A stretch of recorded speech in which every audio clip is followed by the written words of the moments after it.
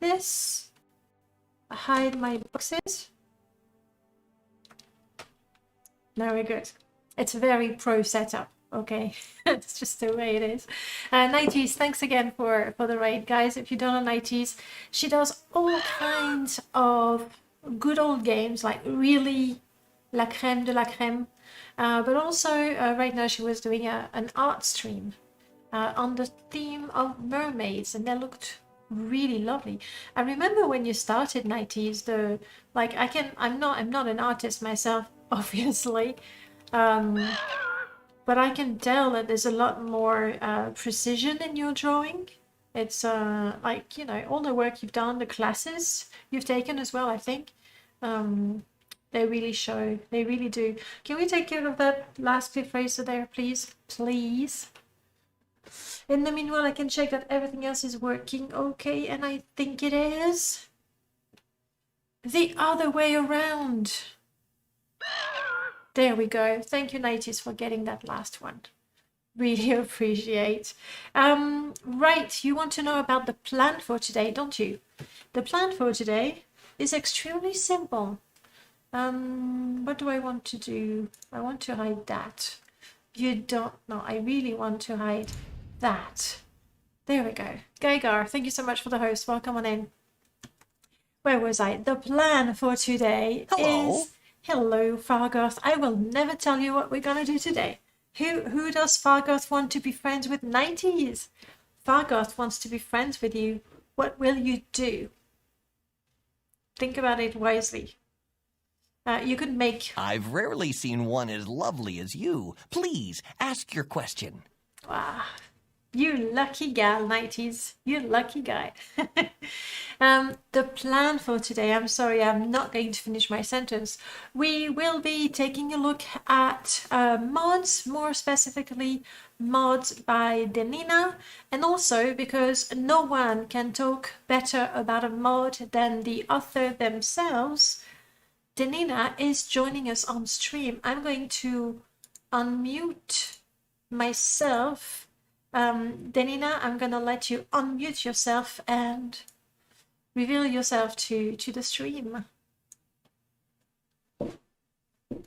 You. Also, there we go. Hello, welcome. Hi, how are you? I am fine, thank you very much. Chat, you know how it is. Please do tell us how is my voice compared to Denina's, compared maybe to my jumping in and voice in Morrowind. Yeah, Morrowind is quite loud. Welcome on in, Denina. What are we going to talk about today?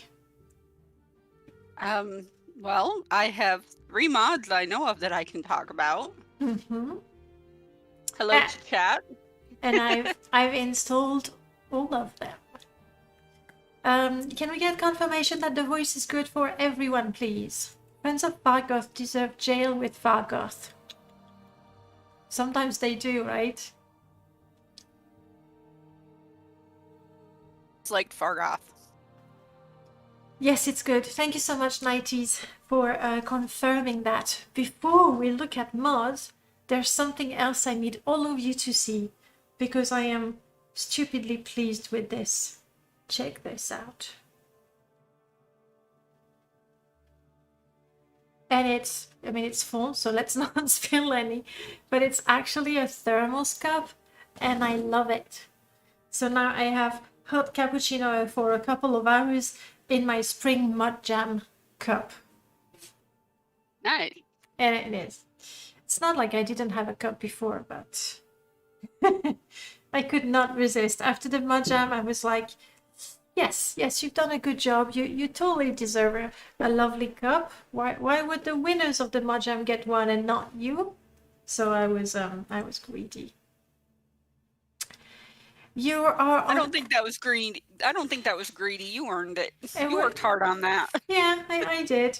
And you know, the best part is, obviously, after the summer mud jam, I'm not gonna get myself another cup, so I'll have to think of other merch. It's my special reward, extra reward for organizing the event. Right. Morrowind mouse pad.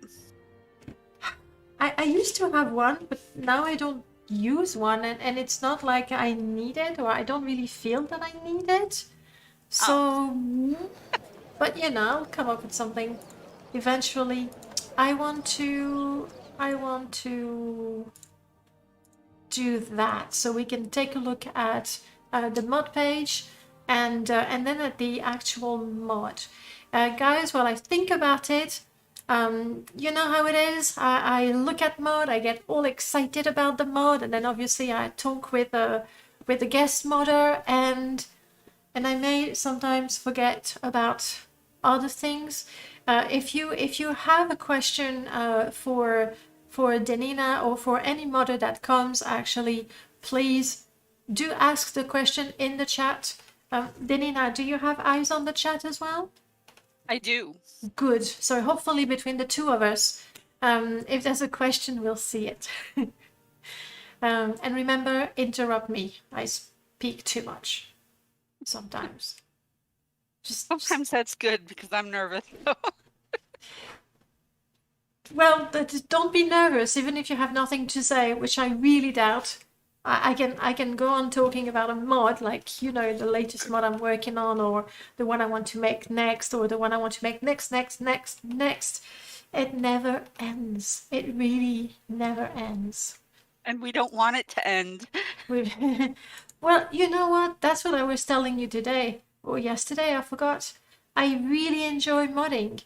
But if all the mods that I want to play were there, ready to be downloaded, or if a Morrowind installed the way I want it was there and ready to be played, I would just skip the whole modding thing. Unfortunately, it's not all there. Great. The mods we will be looking at, we are going to check out Ebonheart Chapel Redo. We are going to take a look at the latest one, Supply Chain. That was showcased not a long time ago by Dark Guy. It was. Congratulations on having yet another mod showcased. And I did install more. Yes, I installed the Temple Bath because I saw that you updated it. So you can tell us I did that. that. I kind of did that very quietly. Sneaky. It's ever so sneaky. Did I install more? Primash, tell me everything. Supply chain, bathhouse. Yeah, I did reinstall Redoran Archmaster's office. If we go around Alduin, we can take a quick look. We did look at it during the Mod Jam event. Mm-hmm. And I have ingredients galore, so let's add that as well. I think that might keep us busy for until why. I'm having to look up temple bathhouses because I can't remember exactly what I did to it. Oh, that's right. I shifted it to, yeah, that's right. I made it compatible with Beautiful Cities of Morrowind. That's what I did. Okay. I was trying to think, what did I do with this again? That was like 4 mods ago. It was not a long time ago, I think. No, but I've worked on like 3 or 4 mods since then. True. I mean, the original upload was in 2013. Yep. So, all right. So, well, I mean, we can look at this one. So what does temple bathhouses do? It's basically just an immersion mod because, at the time I was thinking, there's no way to bathe in Morrowind except in the dirty river water in Balmora or, in the bitter coast in Sidonine. I'm like, yuck. Azura's Coast is not too bad. I think Azura's Coast is not too bad. Well, if you read the lore, it says that it stinks. Oh, that the bitter coast stinks. You ruined it for me. I'm sorry. I didn't intend to do that. It's just, I took that into consideration when I made the mod. It's like, well, this. Who wants to bathe in stinky water? Because of the salt marshes, bathing in salt water doesn't really seem a very good thing for your skin. So, yeah. So I made temple bathhouses. There are actually 2 temple bathhouses. There's one in Balmora inside the temple, Mm-hmm. which I put there to reduce conflicts because I've never seen anybody use the temple to make another mod, so I went with that. And then Yeah. I was just thinking, Lucivar's Balmora Guild mod overhauls the temple. I don't have the two of them installed. It might be worth looking into that for compatibility. But you're yeah, right. I didn't You're know. right. I didn't know she had made a mod. I didn't know she'd She made overhauled it the after temple. So you, actually, to be fair. yeah, I made this. I did this originally in 2013. I think this was Yeah. the last real mod I published for for the public until 2020. So What a year, 2020. What a year. Some good, yeah, some bad, and some mods. Depends on which corridor. Well, Luce, you know what? We'll take a look in game. That's the first place we'll go to, and see if it works. Hopefully, the two of them work out without any additional patch. That would be nice. Temple Bath. So one is in Balmora, and the second one, I think I can tell. Yes. the second one is in Vivek. It's actually on the Temple Canton east side. And so which one did you have? I'm guessing this is the one you had to update to work with Beautiful Cities of Morrowind? Yeah, it was the Vivek one. I just had to shift the door down just a little bit to accommodate the new architecture that was used for BCOM. Well, So I didn't have to do much. It only took like 3 minutes, I think, to fix it. that's the sort of things where it takes more. Of course, the weather is disgusting. That's right. Acrobatics 100. Take this. My knees, though. I feel really bad for my knees when I do that. Do that all the time. Only when I'm testing. If I can leap there, I will. Okay, good. We're safe. I don't think it rains so much that my hair is starting to curl or anything. We're good. All right, so let's look for that entrance. So when you made that mod back in 2013, what was the motivation? Well, I thought there had to be a good way. You should go upstairs, not down. Upstairs. Yeah, good. So I was thinking a bath, Yeah, I close wanted to a the place. ashes. Nah, no, there's no ashes in the see. bathhouse. I see. Good. Okay, stop. There it is. Yeah. I'm just trying to remember, Luce. I know you add a little library down here, but I don't think you touched that. It looks like they should be compatible. Yes. Edgar, hello. Yes, it is Morrowind, and we are checking out mods. Oh, I see. This is the original room, and this is the bathhouse. So yes, I was saying back in the day, what was your motivation to create the mod? Well, I thought there should be bathhouses because, well, people need to get clean somehow. Please join me. And bathing in the river is not exactly, hygienic. So I decided, and I love Karana's provincial bathhouse mod. Yes. And I wanted to do something more with it. So I used a lot of some resources from that mod to make this one. To give it a little more love, I guess. Because I thought provincial bathhouse was kind of underrated. People didn't seem that enthused about it, and I thought it was wonderful. I was like, I love this. I absolutely adore it as well. I'm sure Luce likes it too. We tend to like the same thing. So that is the original mod by Korana that adds all kinds of bathtubs, but also some absolutely gorgeous soap bars, decorations, and you can build the bathroom of your dreams. Exactly, and I love that, and I wanted to use some of those resources in the bathhouse. I thought it would be a nice touch, so I did. I can see this. We have the towels. There should be towels and washcloths and Bit of soaps. I have no money though. Is it okay to go for free? Wooden door. No. Hi, anybody in there? Oops, sorry. Oh wow. Dressing rooms. Yeah, mostly that guy is missing. It's good. Don't turn.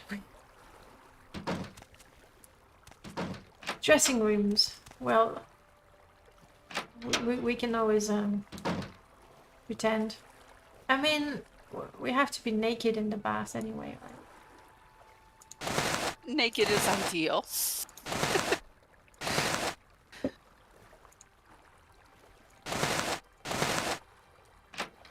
Now, I would be curious to see when Merlord, I should stop running because we're too fast. When Merlord finishes his Stinker's version of Lua, that actually adds the need to bathe, this is going to be very, very useful. Just drop it in action, true prof. Sorry, Denina, go ahead. Oh, sorry. I was just thinking, you know, I didn't know he was working on that mod, and thought, oh, it'd be nice to have this be more useful. Just instead of just an immersive detail that's there but not really functional, to have it be functional would be ideal. So. It would be. Prof, yes, we can take a look again. It's true, I do have just drop it, so my clothes were sort of falling rather than pile themselves in an odd manner. And yes, I did put my dirty shoes on top of my shirt. I just spawned in the world. It's okay, they're clean. I see your seed to Balmora and I jumped twice to get there. My shoes are clean. You know what I'm trying to do? I'm trying to swim to go underwater, but I can't.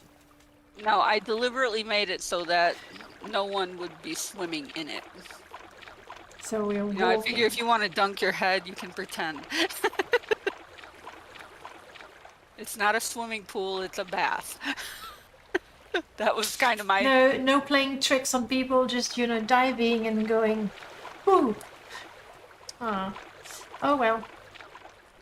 Balmora is not clean. Well, the river isn't, but I put this way underground to keep the water clean. And it's being filtered and heated and all that good stuff. So. It's even heated. Wow.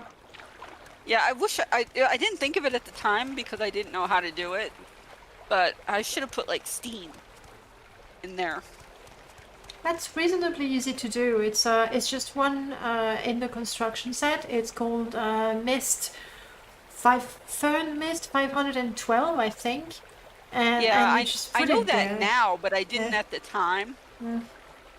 Oh, whoa! I almost fell out of my chair. Sorry. Just stay with us. I leaned back a little too far. I did scare myself with my chair a few times. If I lean back, and if I lean back and I put my arms up, I scare myself every time. Sorry. So please stay with us. No falling off chairs. Entrance is free. That's very nice of the temple doing a public service there. Well, what gets me about the temple is that they claim they have all these services for people, and yet, you don't really see it in game. They get all these donations, and yet they have nothing to show for it. I don't see them helping people. Well, they're hunting. So this is one way that they do. They're hunting necromancers on your behalf. It's pretty nice. Yeah. But you're right, very right. Space Sucks, hello. Yes, we do have a modding guest called Denina. I don't think it's related. Welcome on in, Space Sucks. They have service for people, not dirty Outlander. I see. Well, anyway, it's free, even though I am an Outlander right now, but I'm so pretty, I think that might... yeah, we'll see if and when Merlord works back on Stinker's Lure. Like, he started work on it, I want to say a year ago, and then other projects took precedence, you know how it is. But one day I don't know why I just bathed. That answers your question, Denina. That's how they wash themselves. They just stand in the rain. But rain is cold and unpleasant. Yeah. Or the hot bath is lovely and relaxing. Whoa, okay, let's get out of here. I really hope that the weather is going to be a lot, yes, that's okay, a lot nicer in Ebonheart. The second bathhouse is in Vivek, right over there. Yes. It looks exactly the same as the one in Balmora, but in Vivek. But it's in Vivek, yeah. So that sounds I figured fair. Vivek's a big place, high population. It would need its own bathhouse. So that was Definitely. That was why I put 2 in the game. Makes sense. That's not what I want. All right, we are in Ebonheart, where we can take a look at Ebonheart Chapel Redo. What is this one all about?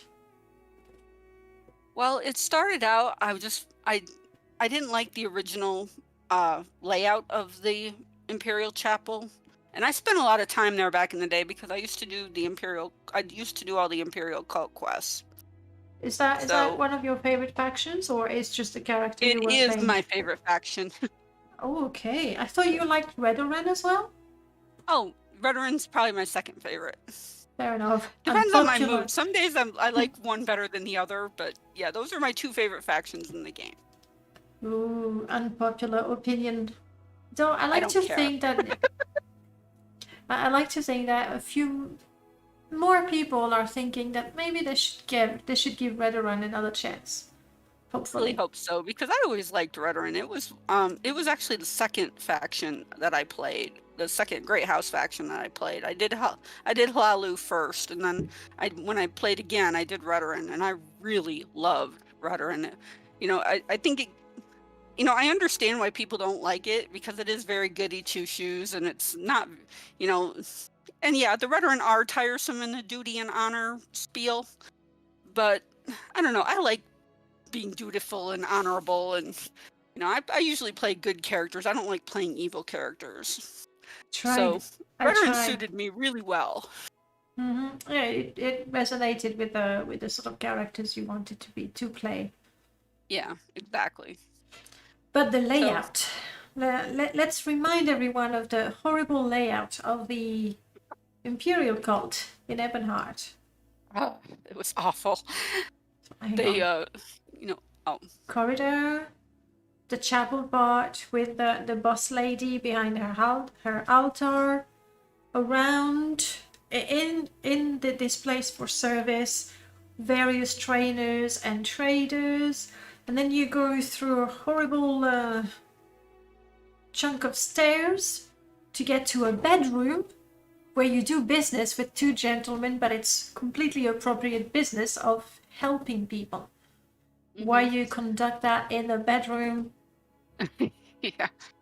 The whole layout was completely illogical. I mean, what if there was a religious service happening, and you wanted to train with somebody? You were going to train right there in the chapel while the service was going on? No, that was totally unrealistic and wasn't happening, and I fixed it. You fixed it. And I tried to make it a little... I tried to make it more logical. You know, whether it is or not is anyone, you know, it's up for debate, I guess. But I thought it was better than the original. I worked with what, you know, I could, you know, given the space limitations and, you know, things like that. But yeah, I hated the original layout. It honestly, I mean, I don't know, chat. How did you feel about that? And me, I like to play with companions. And then to go through that narrow staircase with companions, and you get into that tiny bedroom and you conduct your business, and then you turn around, but your companions are one behind the other in the staircase, and it's like even worse with companions. But even if you don't have any companions, it's just the joys of being acrobatics. That's some shiny armor, sir. So here we are. New layout. Let's take a look.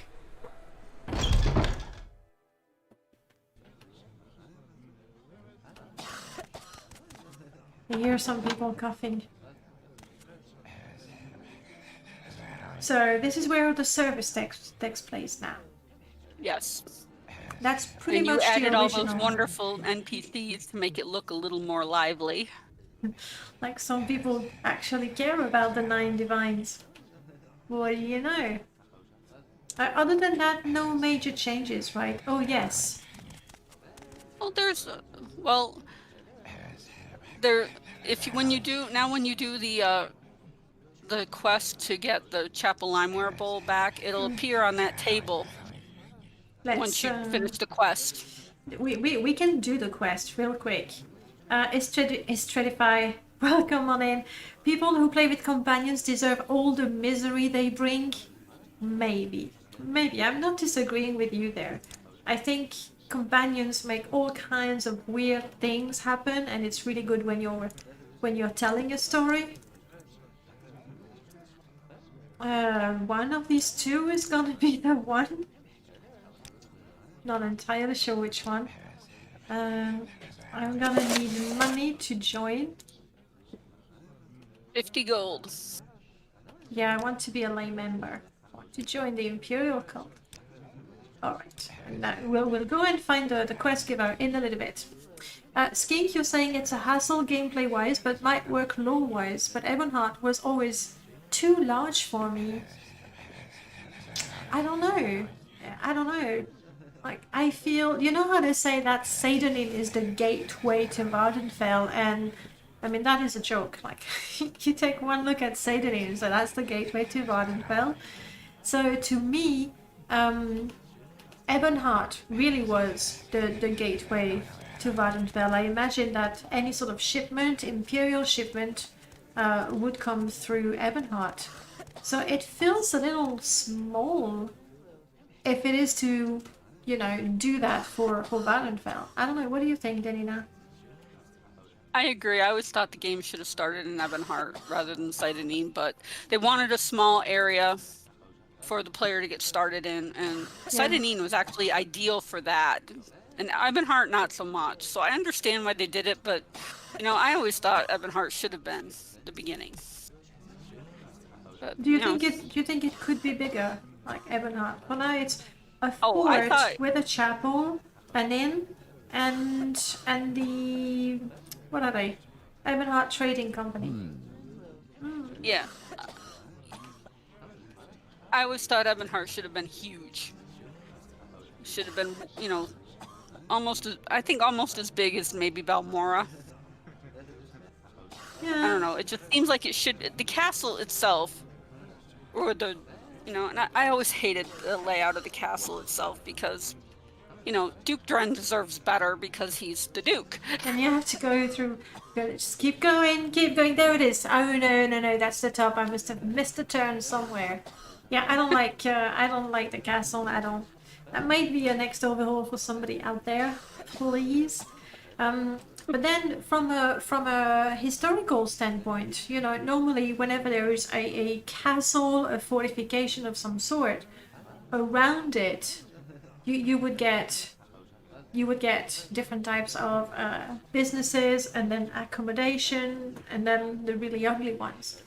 So the fact that it's just a fort with nobody lives in Ebonheart apart from the Duke and a few dignitaries, I guess. That's another thing. There was no place for dignitaries to stay, except the 6 fishes. Really? No, bad. But Lucifer, Luce, is the 6 fishes published already? I don't think so. But when Luce publishes, hey Jogo, welcome. When Luce publishes her 6 fishes for Ebonheart, there's actually a room for, not yet, pressure. There's actually a room for dignitaries and top I don't know, important traders and officials. Thank you. Yeah. Not yet. Do you have an ETA? Are we thinking? Oh, please tell me you're not waiting for the 31st of the month. I mean, no, we can wait. We can wait a little bit. Have you seen, by the way, how many taverns are getting a fresh look? Yes, I love the new taverns overhauls that have been coming out. Really nice. I wish I'd thought of doing that myself, decades ago. But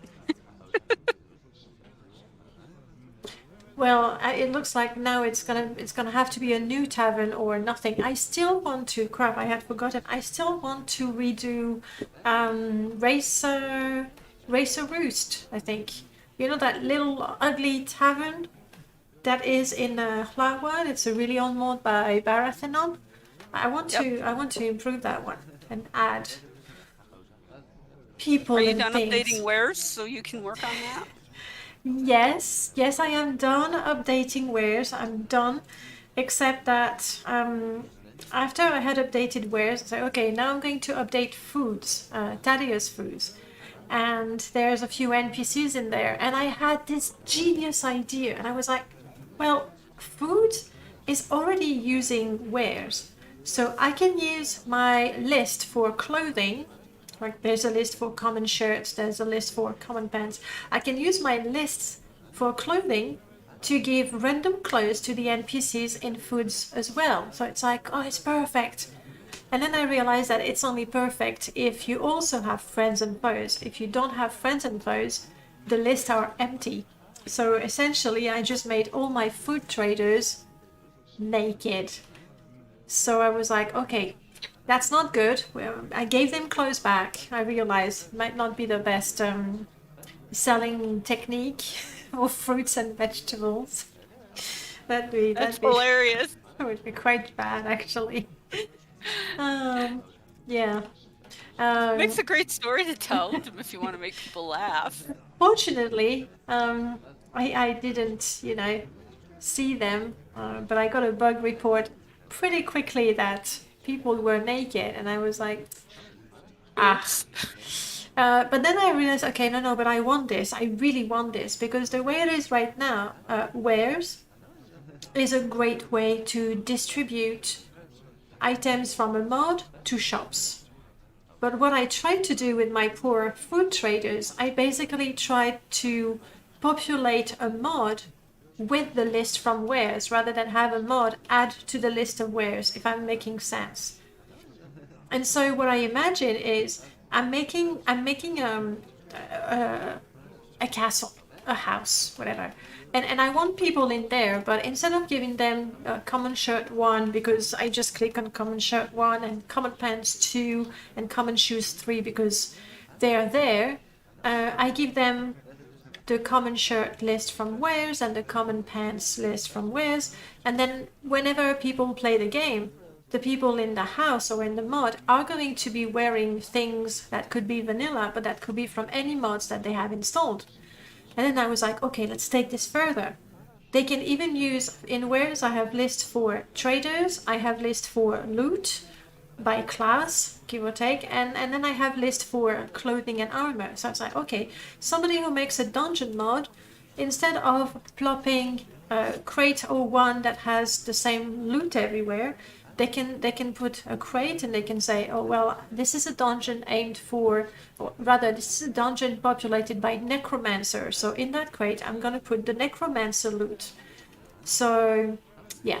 Anyway, I'm talking too much about wares. But yes, I will update it, but not yet. That's the short answer. I'll stop there. But one day, Okay. one day, it will be complete, and that day I'll probably stop modding. No, I'll stop modding when I finish my house. When I finish my house mod, which is how I started modding, that's when I'll finish modding. Traders You're get not allowed to naked, quit modding. so no, I'm not allowed. I will see. Nope. Forget it. Not allowed. I like your mods too much for you to quit. Fine. I want to play them before I quit anyway. Good idea. Yeah, I know. Let me catch up with the chat. Rebirth probably changes the castle. Yeah, Rebirth actually does a pretty good job with Ebonheart.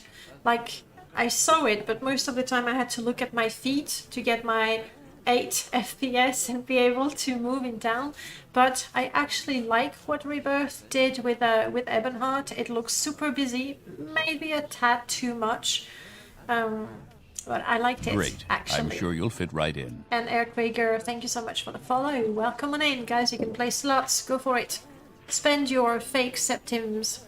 There's a mod called Ebonheart Interior Extension. That's Princess Stomper, isn't it? Oh, maybe there's 2 of them. I'm not sure. Which I haven't used in the longest time. The naked traders would appeal to a certain demographic. Yeah, but not me. I don't think I would want to buy any sort of vegetables from someone who's naked. Male or female, it just doesn't work for me, but hey. Not trying to be morbid, but I think then I will be playing Morrowind right into the grave. I hope so. I hope so. Because that would mean that, I don't know, I don't have arthritis in my fingers and I can click and I can still see properly and I still have a brain that can react fast enough to play the game. So I'm okay with that. I'm really okay with that. Easy, welcome on in. You can never finish your ever first house mod. It's impossible. You will get a new idea. No. My first house, you know, that's why I started modding. I started modding to make a house. So that one will never be finished. That's just That's the way how I it is. started modding too, is because I How's wanted it? my own house.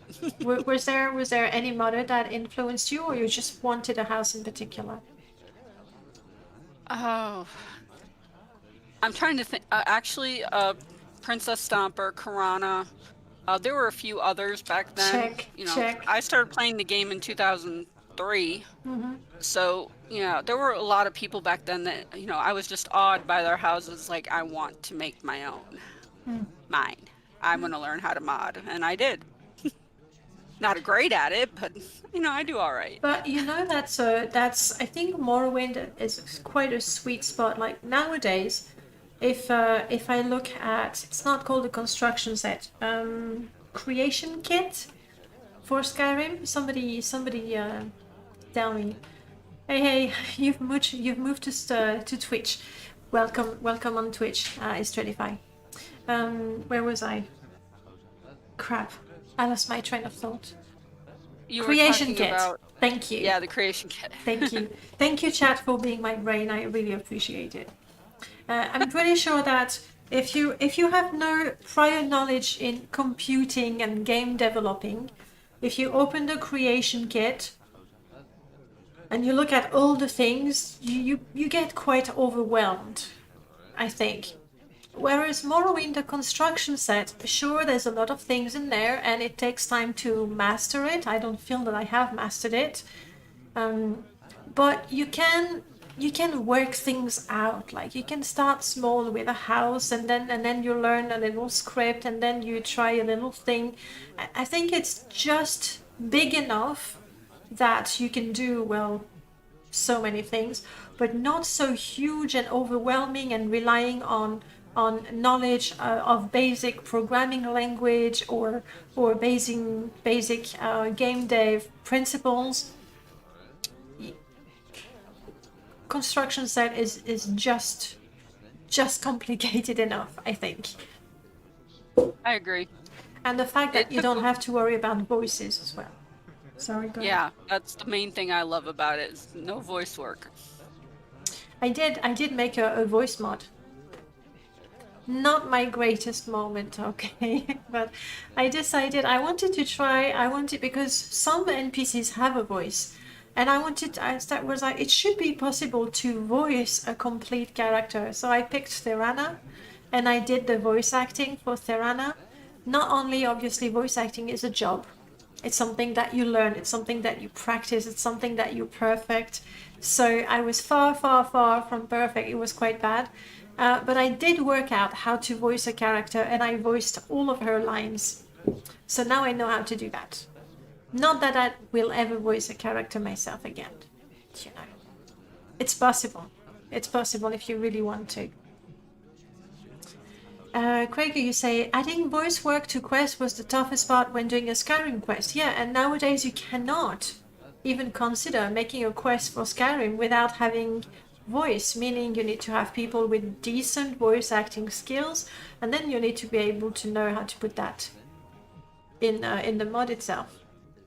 I remember Oblivion, the first for a long time, and still nowadays, most of the quest mods, you have those NPCs, like you zoom in on the NPC and they go, and you have the text that goes very quickly underneath and you can't read it. So yeah, Morrowind construction set, just the right spot. And I interrupted you again, I'm sorry. What were you saying? Modders that influenced you, Corana and Princess Stomper, and you wanted to learn how to make your house, and so you did. Yeah, that's pretty much it. I mean, they weren't the only two. There were a few others, but I can't remember their names off the top of my head. If I, thought back long enough, I'd probably think of them, but...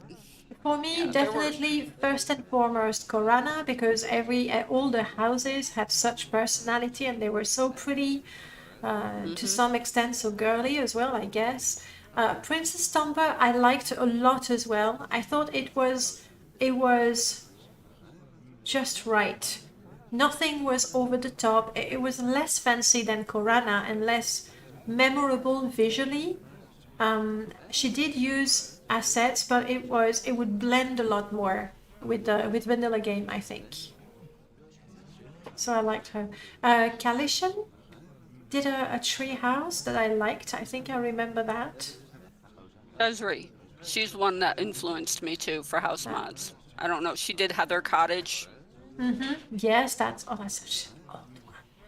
I remember looking around that and like, this is so pretty. It works so well. It wasn't over the top like Corana, and it wasn't the same aesthetic as Princess Stomper, but it just worked. And I was like, wow, I need to know how to do this. And my house mods are never as pretty as anybody else's that I like, but I focus more on function than I do aesthetics. But I try to make it aesthetically pleasing too. Exactly, that's what I was going to say. I mean, we'll take a look at the Redoran office quickly afterwards. I think your interiors, they are very vanilla friendly, but better in the way that you can see that you thought about this should be there so that people can use it when they need that. This should go here so that like you can see that it's functional and it's realistic, but it's not over the top or extremely cluttered. It's just right. Like it could have been vanilla if Bethesda had decided to put more time in their interiors rather than copy paste a bunch of things.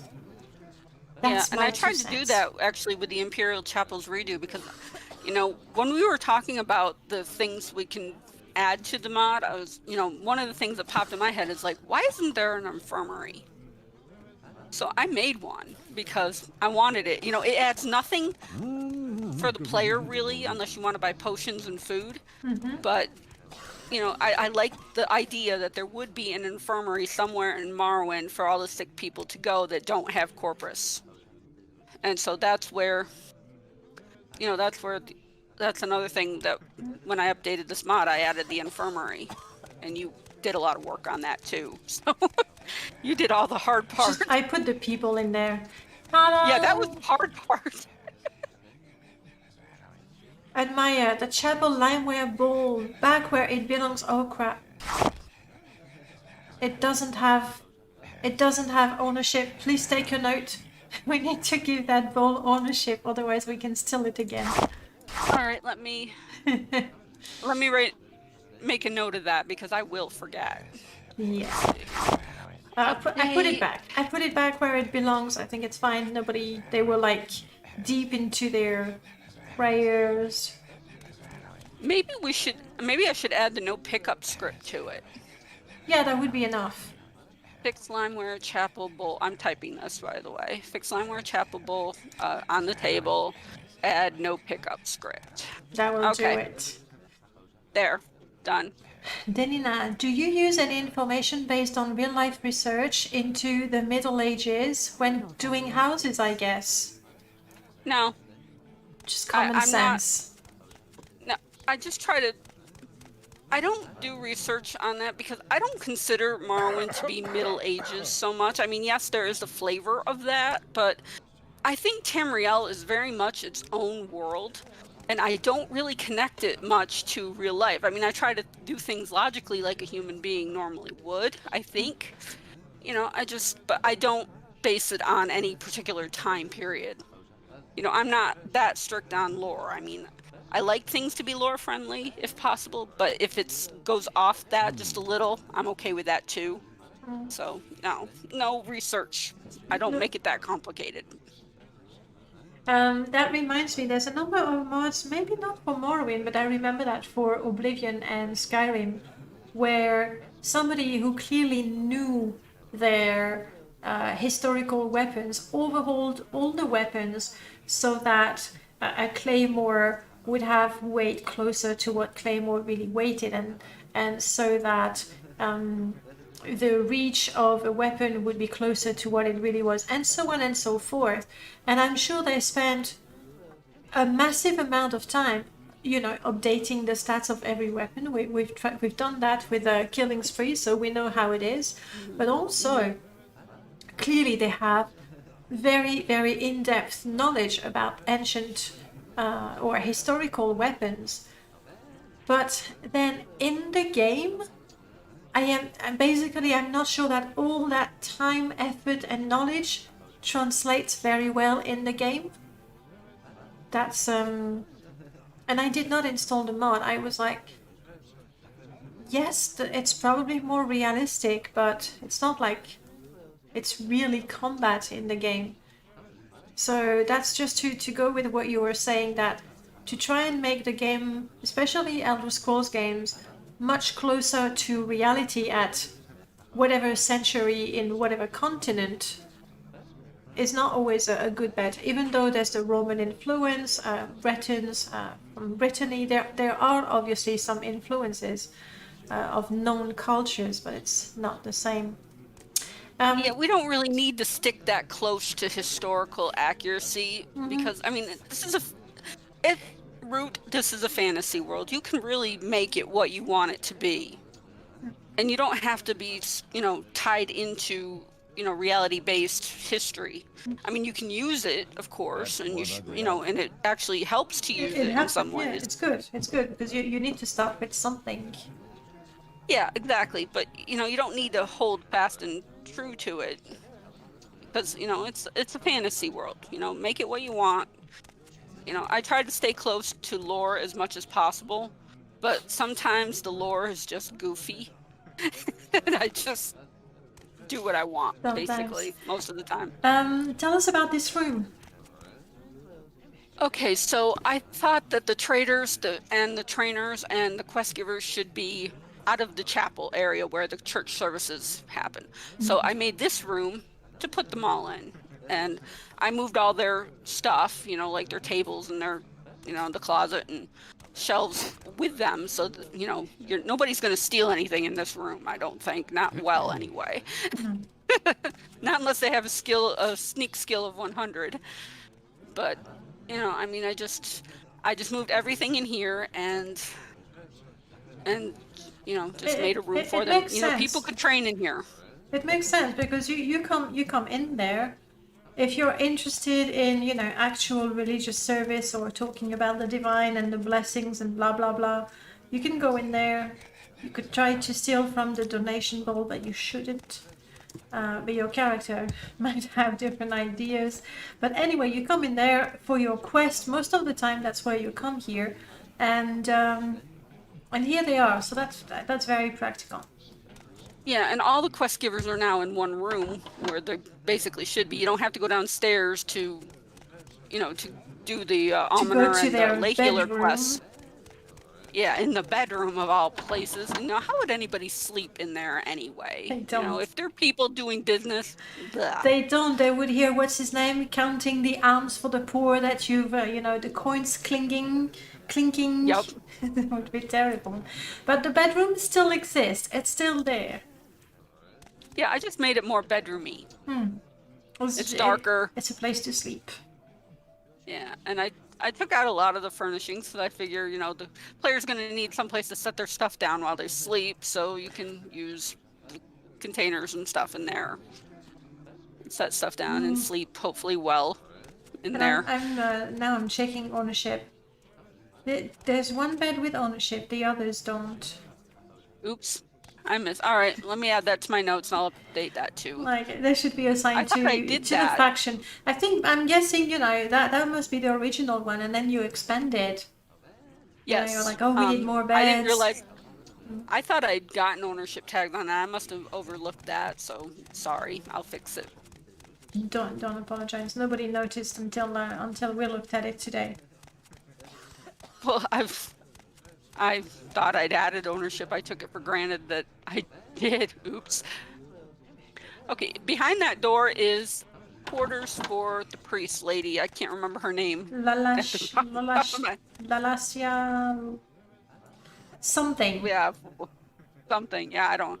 So I made quarters for her. Well, she's the I thought she boss. should have a room.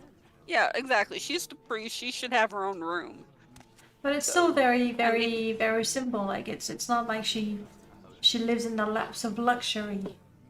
Oh no, not at all. I tried to make it very, it was actually hard to decorate this room because it was surrounded by, the staircase on one side and, I'd already made the infirmary at that point, so that room was in my way. And so it was actually a little difficult to decorate this, but I thought keep it simple and as sparse as possible because she's, probably took an oath of poverty and there she is.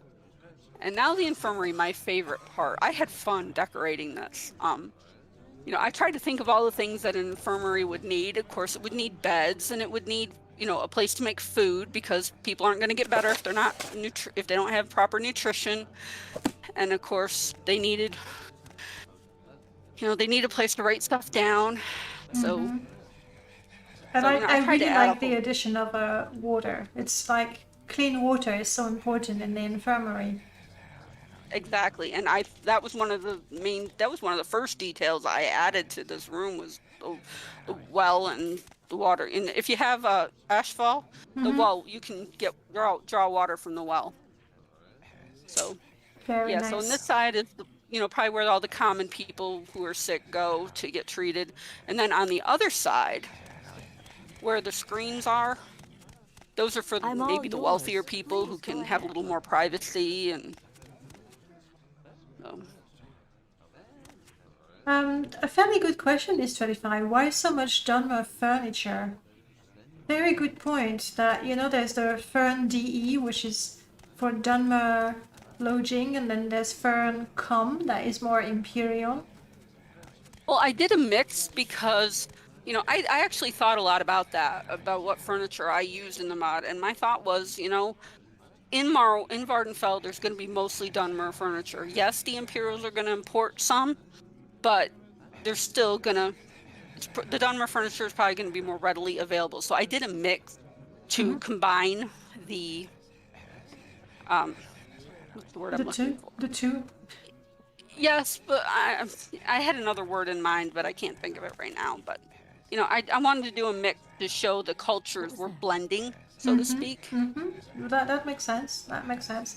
Waycrush, this is a mod by Denina, and Denina is the person telling us about the mod. So now you hear it from the authors themselves. You wanted to kit bash the two. I'm quite sure that's not the word she was looking for, but no, fair enough. No, I didn't. I just wanted to use both to show that, yes, it's an Imperial faction, but they're trying to, infiltrate, I guess, into the local culture that already exists. Like assimilate, maybe? Governor. Assimilate? Assimilate, yes, that's a good word. Thank you. Yes! That's good. I know English, I do. Because Imperial furniture is Welcome, boring. friend. The day is yours. What shall we Some talk of it, about? yeah. There's that. Who are you, lady? Healer and novice of the Imperial cult. So, well, she disappeared on me. I'm guessing it. What? No. That's odd. Why did she disappear? That didn't happen when I was testing. No. I think it might be because she's a night nurse or a day nurse. Oh. Yeah, they're on a schedule. Miranda will sell potions. Is that Miranda? No, that's Erilyn. We'll find her, but I would One you like... were just talking to. Oh, was Miranda, the one in the blue robe that was on the other side. let's not get too close to this lady, but I would like everyone to take a second to admire how I blended the very best of animation with the very worst of animation. As in, we have the sitting bench, which was the only way we could have people sit. And then I gave the sitting bench, oh wow, she's blighted, crap. And then I gave the sitting bench NPC the coughing animation, so now she's sitting and coughing. That's right. Oh yeah, she That is. was a pretty good. Oh. Someone Sorry, give her a potion. I don't. I got this. I got this. But then, you know, if I start curing people, they will tell me to stay and I won't be able to go and fight anyone else. I'm thinking... Obviously, I'm cheating with that character, so that's... Is it the Vivek's Mercy that heals all the diseases on touch? Oh, No. I don't remember. No, the one I you usually get... use potion to cure, so I don't think about the spells. Oh, well, I'm just gonna keep my distance because this lady is blighted. Yes, she is. That is so I just want to back up. So this mod is actually working really quite nicely when you have OG and Greatness 7's the Blight mod, because some of these patients are diseased, others are blighted, so when you look at them, they actually look blighted, and if you talk to them, you would have a chance, or not a chance, but take the risk. Vivek's touch, yeah. Vivek's touch. Thank you, Prof. I'm gonna cure that lady. One more thing I want to point out in there. Yeah? It's just a small detail, but it's I like doing this. The bar, the counter there, the bar, there are cupboards in there. Whenever I set up a bar in any mod, I always add cupboards to it, so that you can actually use the space in the bar for storage. So look for those in my mods, because I don't think a lot of people realize that I do that. So you got to go on the other side to see the cupboards. It does say. There you go. Yeah, there. Mm-hmm. So you actually have multiple storage. Yes. Very nice. That makes sense. That makes a lot of sense. So, but if anybody who uses my mods, if there's a bar in there, look for the cupboards, because they're probably there. Do you think she's scared when I get closer to her? Maybe. It's magic. Look at that. She's still And coughing. she's cured. Well, yeah. Yes, you know, it will take a little bit of time for her to heal up completely, but... Yes. But there you have it. Hey, Glisp, welcome on in. I think that covers the infirmary. These different stuff. Let's try to go out real quick, because the NPCs are appearing randomly. So we might see a change. Thank you for the lovely stream, Denina. No problem, 90s. Bye, 90s. Thank you. Have a good time. Sorry. Do we have any change in patience?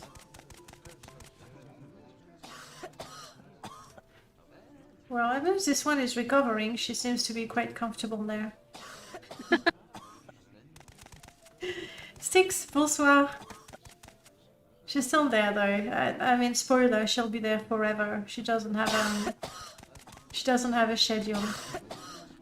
I can't tell you how much time I spent trying to get all the NPCs on the beds positioned so that their heads would be on the pillow, and it still didn't work. I spent hours trying to fix that. No, but you know, it's just the one way to probably make sure that doesn't happen, because I mean, you can't see it there, guys, but on most of this bed, there's a little ninja monkey for a level list, a leveled creature. And the NPCs have different animations, that NPCs of different race and different genre with different animations. So the next time we come back in there, there might be different NPCs and on different beds. So it really gives the impression or the illusion that patients come and go. So if we had taken just one NPC, placed her just right, and she would be there all the time or at regular times of the day, then it would work. It's just because of the level list and the fact that we mixed up the NPCs with different animations. Well, And I was I'm trying not to get sorry. Sorry. That's okay. I was trying to make it as perfect as possible, and it just wasn't happening. So I'm like, okay, well, I'm gonna have to give this up. I spent way too much time on this already. Oh, the chapel's empty. I've never seen it empty. Not since before we updated the mod. Lalasha Varian. Lalaica, yeah, that was it. And I think that might be everything for Imperial Chapel we do. Yeah, I can't think of anything else that we did to it. So yeah, It's it's better than my original mod, because at the time I didn't know how to do a lot of things that I know now, and you taught me some stuff. So it made it a lot better. I mean, like I liked the original version anyway. The original NPCs have not been changed, so she still has all the original dialogue, and all the NPCs that would either train you, sell you potions, or give you quests. Not now. Or give you quests. No, not now. They're still here. Two of the NPCs downstairs What do that you I need, added will friend? sell potions, so there are some extra services there. Yeah. And if I'm But not that's mistaken, sorry. No, go ahead. I was going to say, if I'm not mistaken, these all belong to the faction, and as a high-ranking member, you can actually help yourself. Yes, once you become, I think once you reach the top rank, you can You're the use top those potions monkey. are yours. So you do have services. I guess it would be nice to give them a little line of dialogue and say, "Can you heal me?" And Well, now that I'm more yeah. sorry. I said now that What I'm do more you need, confident doing friend? dialogue, I may add to that. Yeah, she's one of them that sells potions and spells. And I mean, right now it must be night time. So the Imperial who was there selling food, the cook, the chef, quartermaster. He's disabled at night. He'll be there during the day to cook for everybody. That's fair. That's fair. Okay, excellent. First is broken. Is it now? What if I do that? Give it a try. Give it another try. I've just reset the bot, so Come try ya! there you go. You're welcome. J-Dog, hello. Most of the time I'm lurking, but wanted to say I love your passion for this game and thank you for the shows. My pleasure entirely. And enjoy your lurking. Right, shall we go check the... You're too slow, guys. Shall we go check the next mod? Sure. Which happens to be right here in Ebonheart. I absolutely adore these. I think I always stop there to have a look. Hey, Light Source, welcome back. Alright, the next mod. What mod adds the flies to the lamps? That is a mod by R0. And it's called Moths. Nocturnal Moths, that's the one. I didn't know it existed. I need to check that out. That's very immersive. So how big is your mod list now?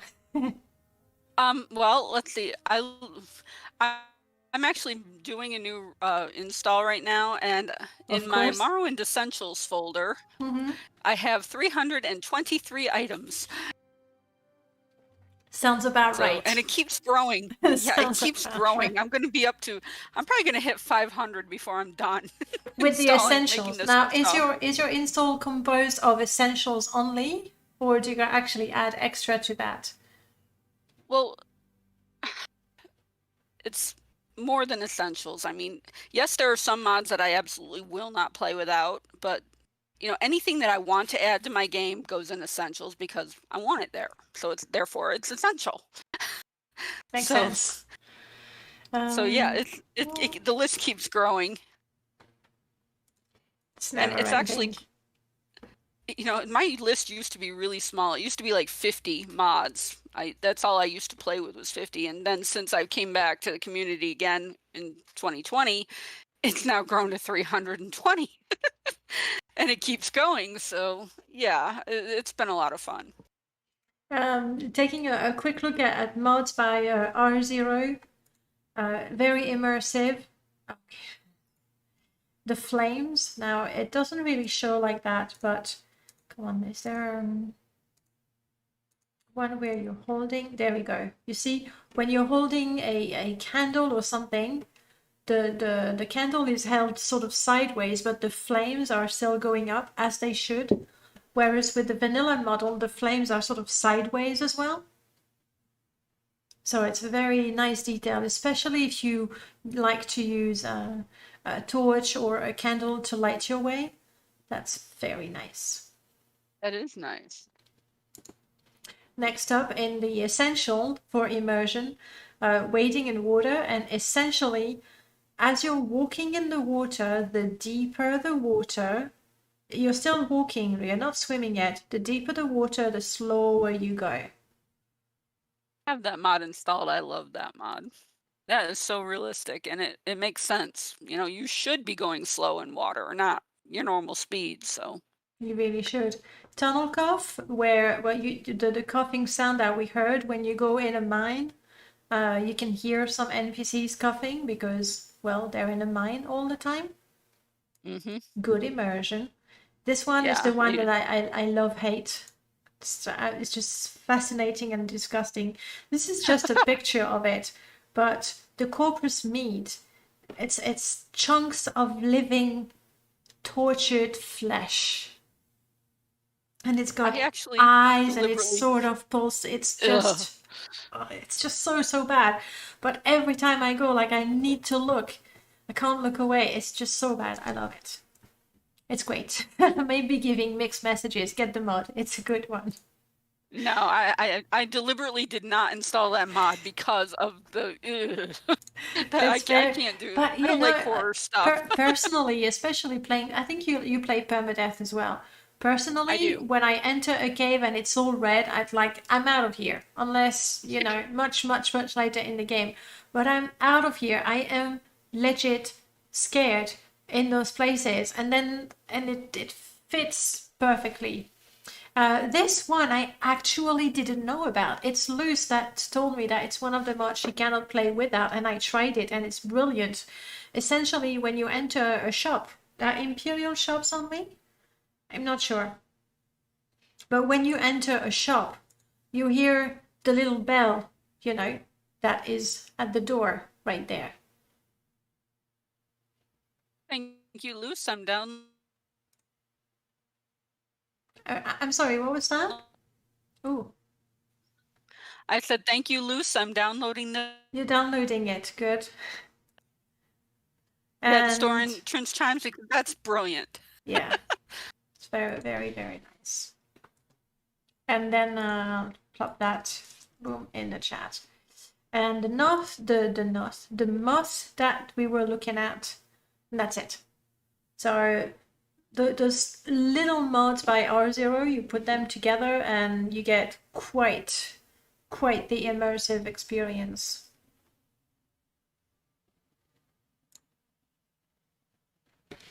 But here I am in the middle of a stream installing mods.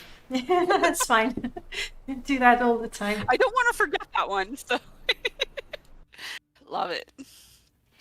All right, we are now in Ebonheart, and if I'm not mistaken, if I make this lady or anyone in Ebonheart disposition to 100. Okay. Right. The reason why we went here was to look at your next mod. Supply chain. Here we go. Yeah, Glisp, I completely agree. All kinds of small mods, but they do a lot for immersion. Just very, very nice. So Most of the mods I play are small mods because, I'm very picky about what I add to my game. So the smaller, the better. That doesn't explain me installing BCOM, but that's another story. I was going to ask you something. Yeah, so what are the mods that you normally go for before you were corrupted and downloaded more than 300 of them? Mainly very simple tweaks, immersion type mods, gameplay type mods. Like before graphic herbalism was upgraded to MWSC, one of the biggest mods I played was the Mana users herbalism version. mod. A mod to, change how containers were looted. Like floral containers. I can't remember the name of the mod, but well, there was like was the author. The original one. Who was the author? Yeah, Sycolix. Sycolix. So it's not Baylor because I like Mana user made graphic herbalism. Baylor made advanced herbalism. Yeah. This one was a simpler version of those mods. Virin and Doris. Sycolix Morrowind mod. That should help me here. Looks like Sycolix is now modding for Skyrim, or did. Huh. Traitor. Well, I always think that too, but I hate to say it out loud because I honestly do not. For Purists is the one. Herbalism for Purists. That's the one I used to play, and then of course when Superstar and the whole team who worked on MWSC Great Greatness graphic 7, herbalism. I think. Yeah, I couldn't remember all the rest of the team that worked on that. I talked about it with Superstar the most, so she's the one I always remember for that. But yeah, I started using that one. I never used that one. I was using the one that would add seeds. So you had an herbalism skill. I think it was advanced herbalism. Yeah, I never played that one. I liked it. I kept it simple. Back then I wanted a simple mostly vanilla experience with a few, convenient fixes like herbalism for purists, where you just, activate the item and it harvested, and you didn't have to open a container, take it out. And how did we do that for years? How did we do I don't know, but it was awful. It really was quite bad. Yeah, no, the search for Morrowind modding history doesn't work. Like, I use, you can see my computer has been well trained. I type A, B, and here. Like, my top suggestions for just AV is Abbott's website, Abbott search for Morrowind modding history, and then Abbott's YouTube. So my computer is well trained, or rather it's been well programmed to learn everything about me. So this is what you want to do when you're looking for a mod. It's the place to go. And I don't think that it will eventually be fixed unless ownership of the whole Great House Fligety, or at least the Morrowind modding history, is passed on to someone who's willing to actively maintain the website. That's not impossible. We'll see.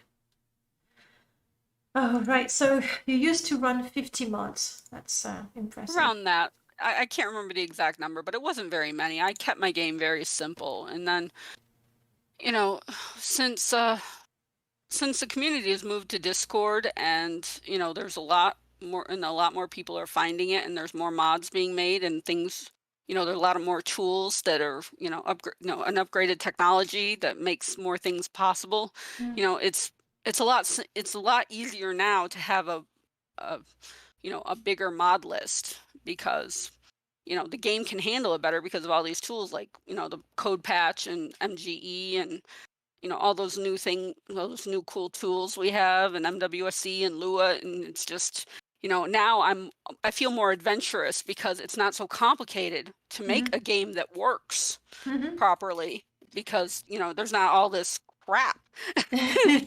I mean, You know, there's you're just a lot right. of great quality mods after all these years, and you It know, was, and back in yep, sorry, go ahead. you know, back in 2000, I want to say from 2004 to 2010, you know, the quality of mods was not as good because we didn't have all these cool tools and neat things, and you know, Blender has gotten better, and you know, there's all this great stuff now that we just didn't have back then. Mhm. So, you know, I was very reluctant to, you know, modify my game too much because then it would break. And now, you know, with all these cool tools, you know, the games don't break as easily.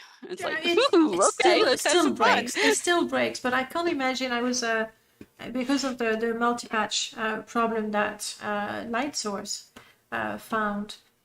So by the way, everyone, if you use test3 command to make your multi-patch, you want to downgrade to 0.37, not 0.40, because it skips things. And it doesn't skip things more from mods. Oh, I can't say that properly.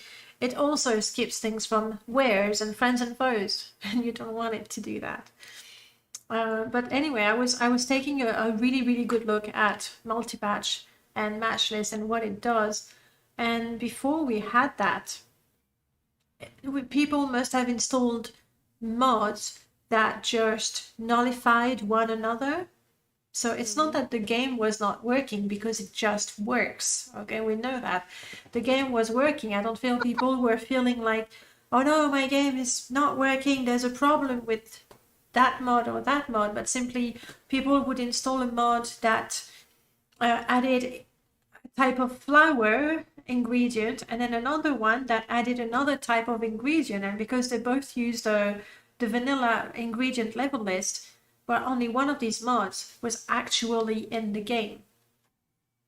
So yeah, you're right. The tools and the knowledge of the community to be able to optimize the models so they run more efficiently to atlas all the textures so that again the game runs more smoothly.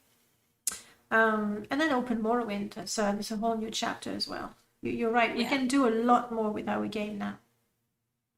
Yeah, and that's one thing that has kind of made me feel a little freer to add more mods and to play more and to, you know, be a little more adventurous because I was always so cautious because I didn't want to break my game. And, you know, and even back then I knew I didn't know a lot of things that I probably needed to know about, you know, installing mods and everything. And I didn't always know what I was doing. And so I was very cautious and very, you know, skittish, I guess you could say, about installing too much because, you know, I tried to and my game broke left and right and I didn't know how to fix it. And, Mod it till you know, you break it.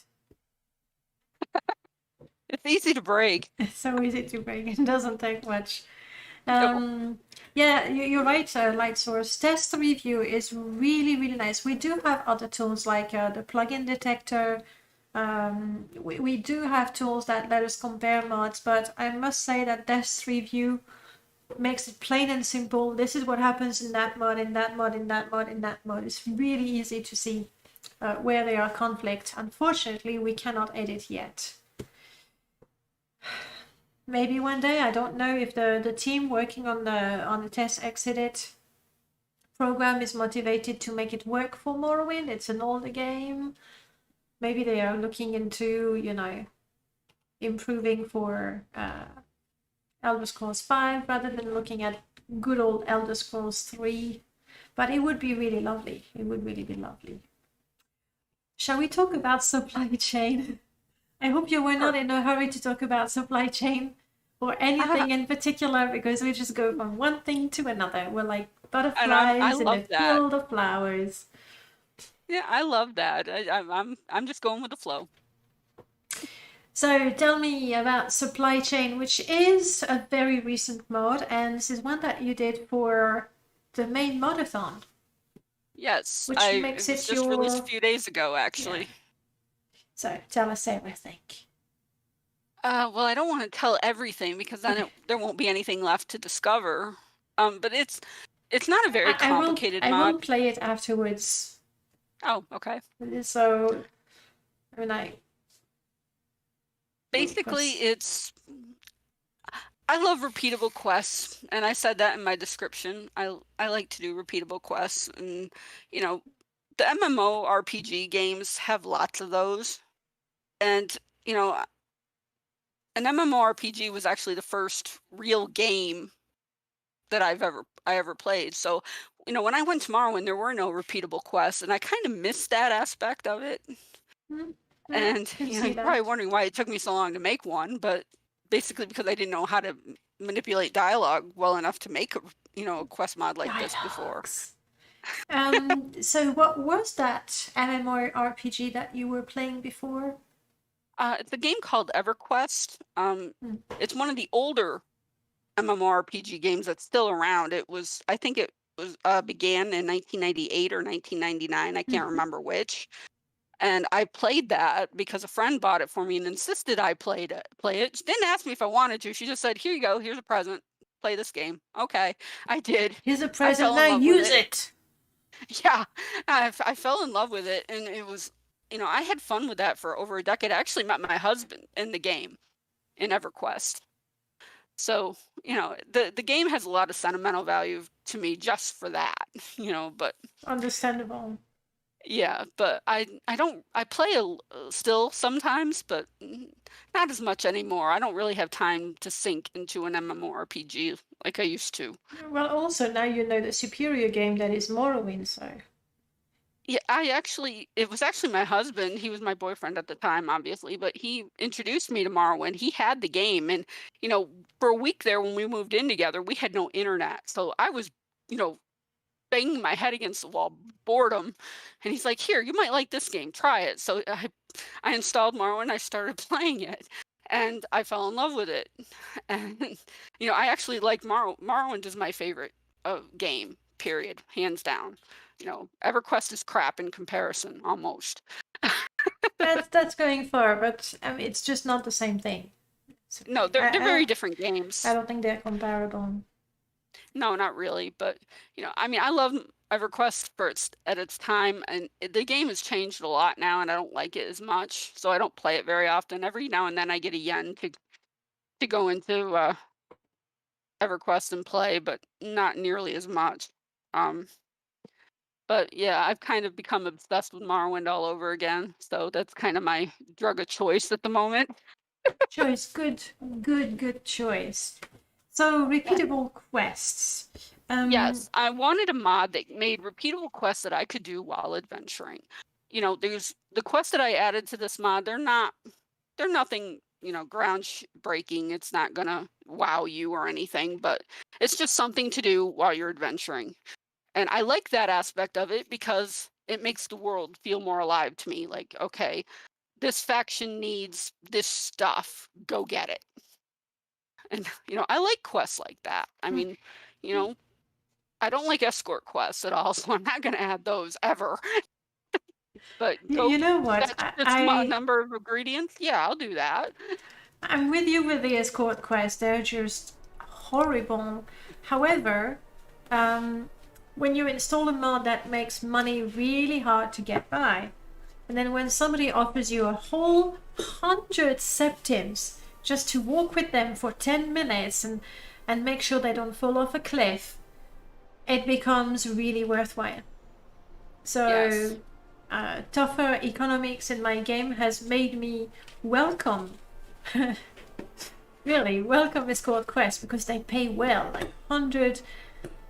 If I with my setup, if I loot that first first cave in Denina, and then I go to Ariel and sell everything, I will make 100, maybe. So 100 is a lot of money. You said to ask about a little secret, but that's not the secret I want. Not even death can save Well, I There find you go, myself in Skeet. pleasant company. Please share Your your voice is thoughts. working and everything. It could be that she has other things to tell me about. I'm not sure. Do I really need to have the little secret?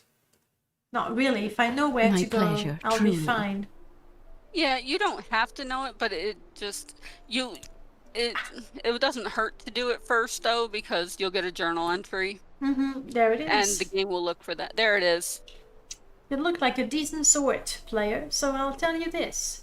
The East Empire Company lost a major supplier recently and are hiring new suppliers. Can't hurt to check it out if you need a job. And I do agree that sort of quests bring me X number of this and that. Sure, it's not a grand quest, but at the same time, in the world of Morrowind, somebody has to do that. Somebody has to be picking up the flowers. Is that the correct door? I never know. It's not. Somebody has to do that. So when I have a character, like a lawful character, and I'm low level, I will welcome the money for doing menial tasks. Well, these are definitely some of them are menial tasks. I mean, they're all gather quests, basically. Go get X amount of this item. But I like those kind of quests because there's something you can do while you're out doing other things.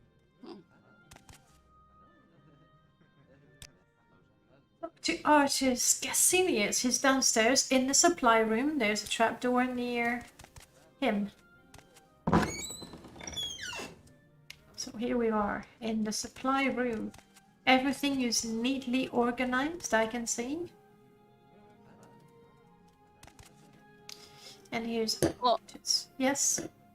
I figured that, I thought, if they're going to supply stuff, they would have to be organized. So I tried to make everything nice and neat and tidy and, logically laid out as much as possible.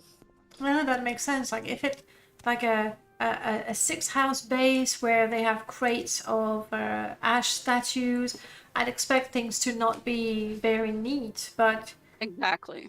Here, but that makes sense. This is a place of business. They make a lot of money. Everything should be nice and neat and organized and ready to go.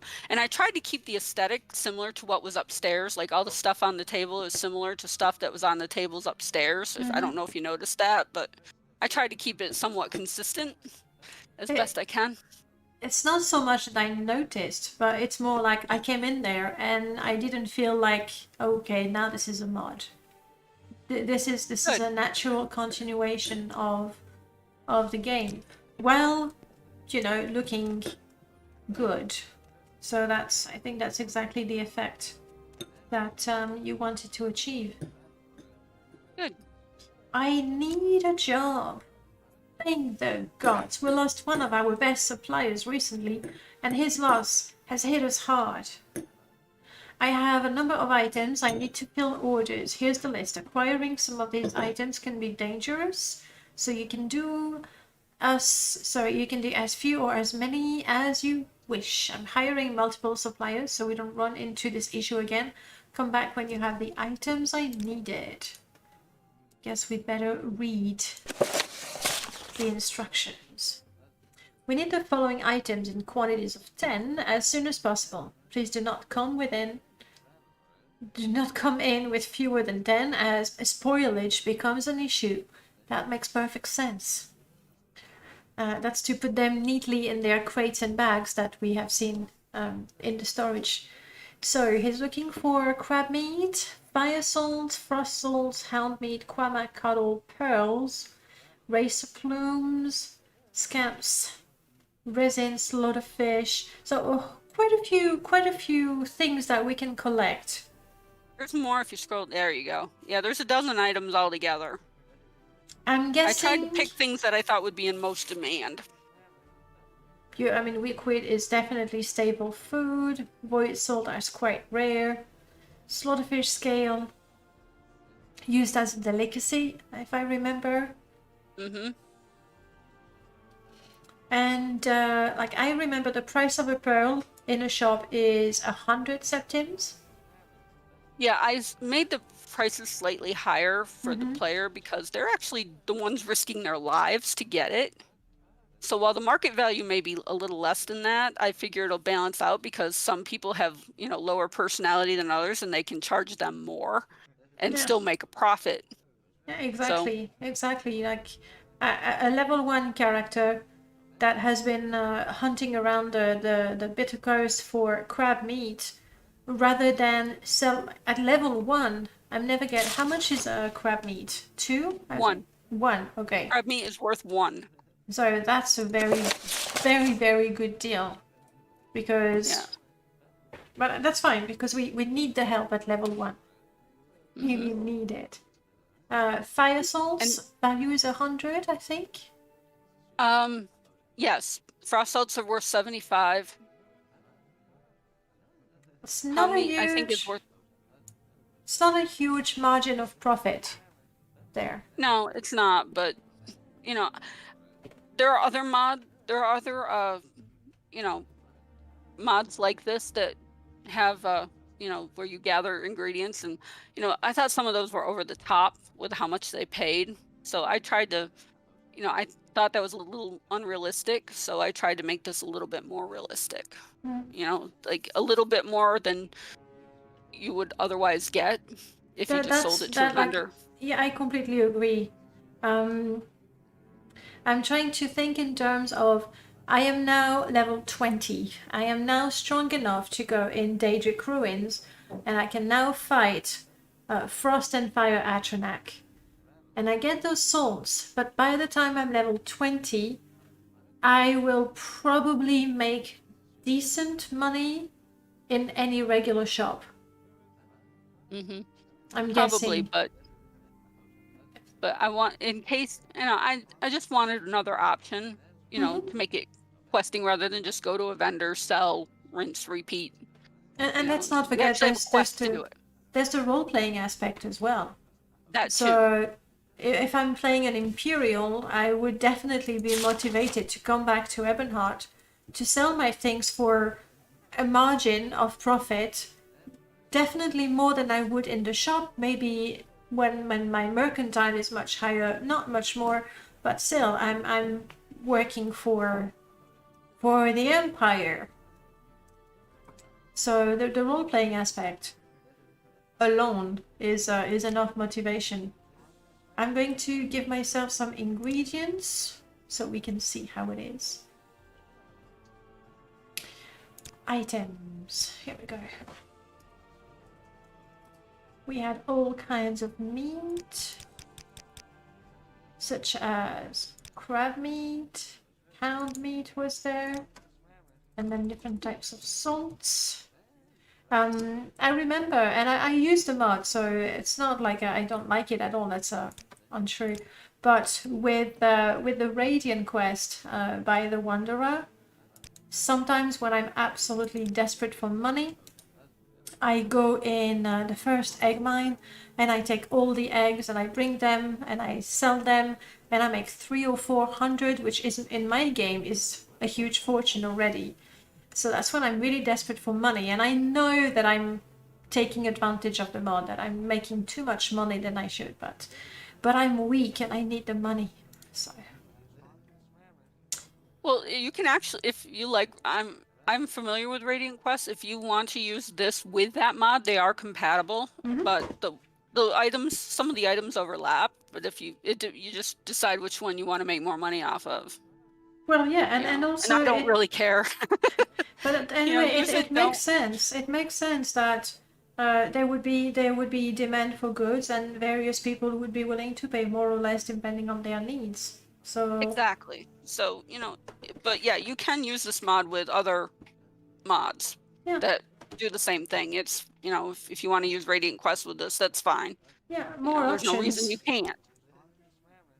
Yes, 10 And portions. Oh, sorry. That's okay. But 10 portions, thank you, player. We never have enough. Please let me know when you have more. What if I tell you I have more? I need at least 10 portions at a time to fill orders. Please don't waste my time by bringing less than the requested amount. Return when you have all I need. Fine, I have salts. Yeah, that adds up, but it makes sense. Like in a shop, I would make 1,000 or a little less. I have an edit of Radiant Quest that nerfs the gold value among other fixes. I can send it to you if you want. Yes, please do. Please do, so I'm not tempted to steal eggs outside of Balmora and sell them to that orc. Just yeah, once send there. it to me too, will you please, Lucifer? You know, I'm sure she will. And it might be, if I try to remember, with Radiant Quest, there's crab meat. I know Radiant Quest has a lot of the same stuff I did, but I think I added a few things that Radiant Quest doesn't. Yeah, definitely. Because Radiant Quest has, that I remember, crab meat, rat meat, from the ghost. What is it called? Oh, ectoplasm. Ectoplasm. Thank you. These I remember the most, and they're not there. So like they do different things, and like it's not difficult to remove the NPC that sells or that buys the crab meat, for example. So they I don't see any problem using both. No, there's not. You should be able to. With edits. But I also wanted a mod where there was only one quest giver. You know, and I thought the East Empire Company was a perfect backdrop for that. Makes sense. So yeah. And I usually play Imperial characters, so for me, you know, to make an Imperial-based mod was, you know, very fitting, I thought. So. Wow, he doesn't want to talk to me anymore. I have stuff. Artist. You can't activate him? Yes, I can. It's just, you know, Oh. because it's on idle, his animation, he moves around a little bit. Yeah. So this is an example of things happening in the game and me giving it a reason that's probably quite silly. Nothing wrong with that. I roleplay too. Working for the EEC versus working for random freelancers. Yeah, I think they work quite well. I think if I was to tweak the values, I would make sure that this is where you always get more money, but it means you have to go back to him. Whereas the other NPCs, they're kind of scattered around town, so you can sell to them and it's probably a little more convenient, but you'll make less money. I think they work great together. I did have some hound meat. Yeah, he told me off. He's telling me to go away. My values are less than Denina's from what I can tell. That's brilliant. And so you can come with as many as you want. I want to try... Not that. Go away. I want to give myself some 30 pieces of meat. And see, I can deliver 10 and then 10 and then 10 without having to close the dialogue. Yes, you should be able to do that. That's brilliant. And with a mod like that, what I like is, sure, and I know that they are interested in those supplies. Yeah, you can just go, blah, blah. Okay, that's it. Brilliant. Knowing that they are interested in those supplies, like weak wheat, for example, if I'm not doing alchemy, I might pick up a few to, you know, make tea or to cook with ashfall, but otherwise I'm not going to bother picking it up. Now, knowing that there is a demand for it, depending on my character, I would actually make the effort to pick up the weak wheat, knowing that when I go back to Ebonheart, I'll be able to sell it for a good amount of money. So that makes sense. I like that very much. Good. I hope you enjoy playing it. I'm sure I will, especially for me. I imagine we can look at the mouth when I talk. I imagine enjoying that, especially with lower level characters before I become a hero that everybody recognizes me. doing that sort of menial or not particularly Low level. low level, thank you, task is exactly what my character needs, especially if I'm playing a lawful character. If I'm not, then I know I can still everything that's not pinned. I can steal it and make a bit of money. But this is an honest way to make money even for low level characters, and I like that. That's what I was going for. I like that. That's so beautiful. Yeah, so that's supply chain. So I'm trying to. I don't know if I'm hearing the flames or the flutter of the moth. I can't hear any of it. I mean, I have headphones, so it's. I think I can hear the. Serve the Emperor and the Emperor's law. I think I can hear the flutter of the bugs as well. I'm on duty. Immersion 200. There is another mod of yours that I have installed. The Nine and the Emperor. Ingredients galore. It is ingredients galore, and it makes sense to mention it now. Can you tell us what it does? So when vanilla Morrowind was, the big thing, when the game first came out, the distribution of ingredients throughout the game was on par with what you would need for alchemy, which really was the only use for ingredients at that time. Yeah. Now you have Morrowind crafting, you have Ashfall, there are probably several other mods that would require ingredients now. I think like the poison mods or poison crafting, yeah, all these mods require ingredients now, and the game wasn't designed to supply enough ingredients to accommodate all this stuff because it didn't exist. Mm-hmm. So I realized with Morrowind crafting alone, and now I play Ashfall, that I keep running out of stuff because there's just not enough in the game to keep to meet the demand. Now you're at a point where you've harvested stuff and you go, okay, I can cook it, attempt to make a potion, or sell it, and that's it. You have to choose. Yeah. So you go, okay, I'll make a potion and starve. Yeah, exactly, and it just wasn't working. So I made ingredients galore, and what it does is it increases the amount of ingredients in the game. And I think when I tweaked it, I did every ingredient because, I know from our own crafting demands a very high number of ingredients to make stuff. So did you add the ingredients to the plants and the creatures directly or to the shops? How is it? I didn't touch any of the shops. What I did was I went into the container level list for all the flora, and I either put chance none 0 or I added, more ingredients, or both, depending on what it was. Like for example, Morrowind crafting requires a huge number of saltris, of marshmallow, of meadow rye, and so I increased the number of ingredients you get when you harvest, but I also hit chance none 0.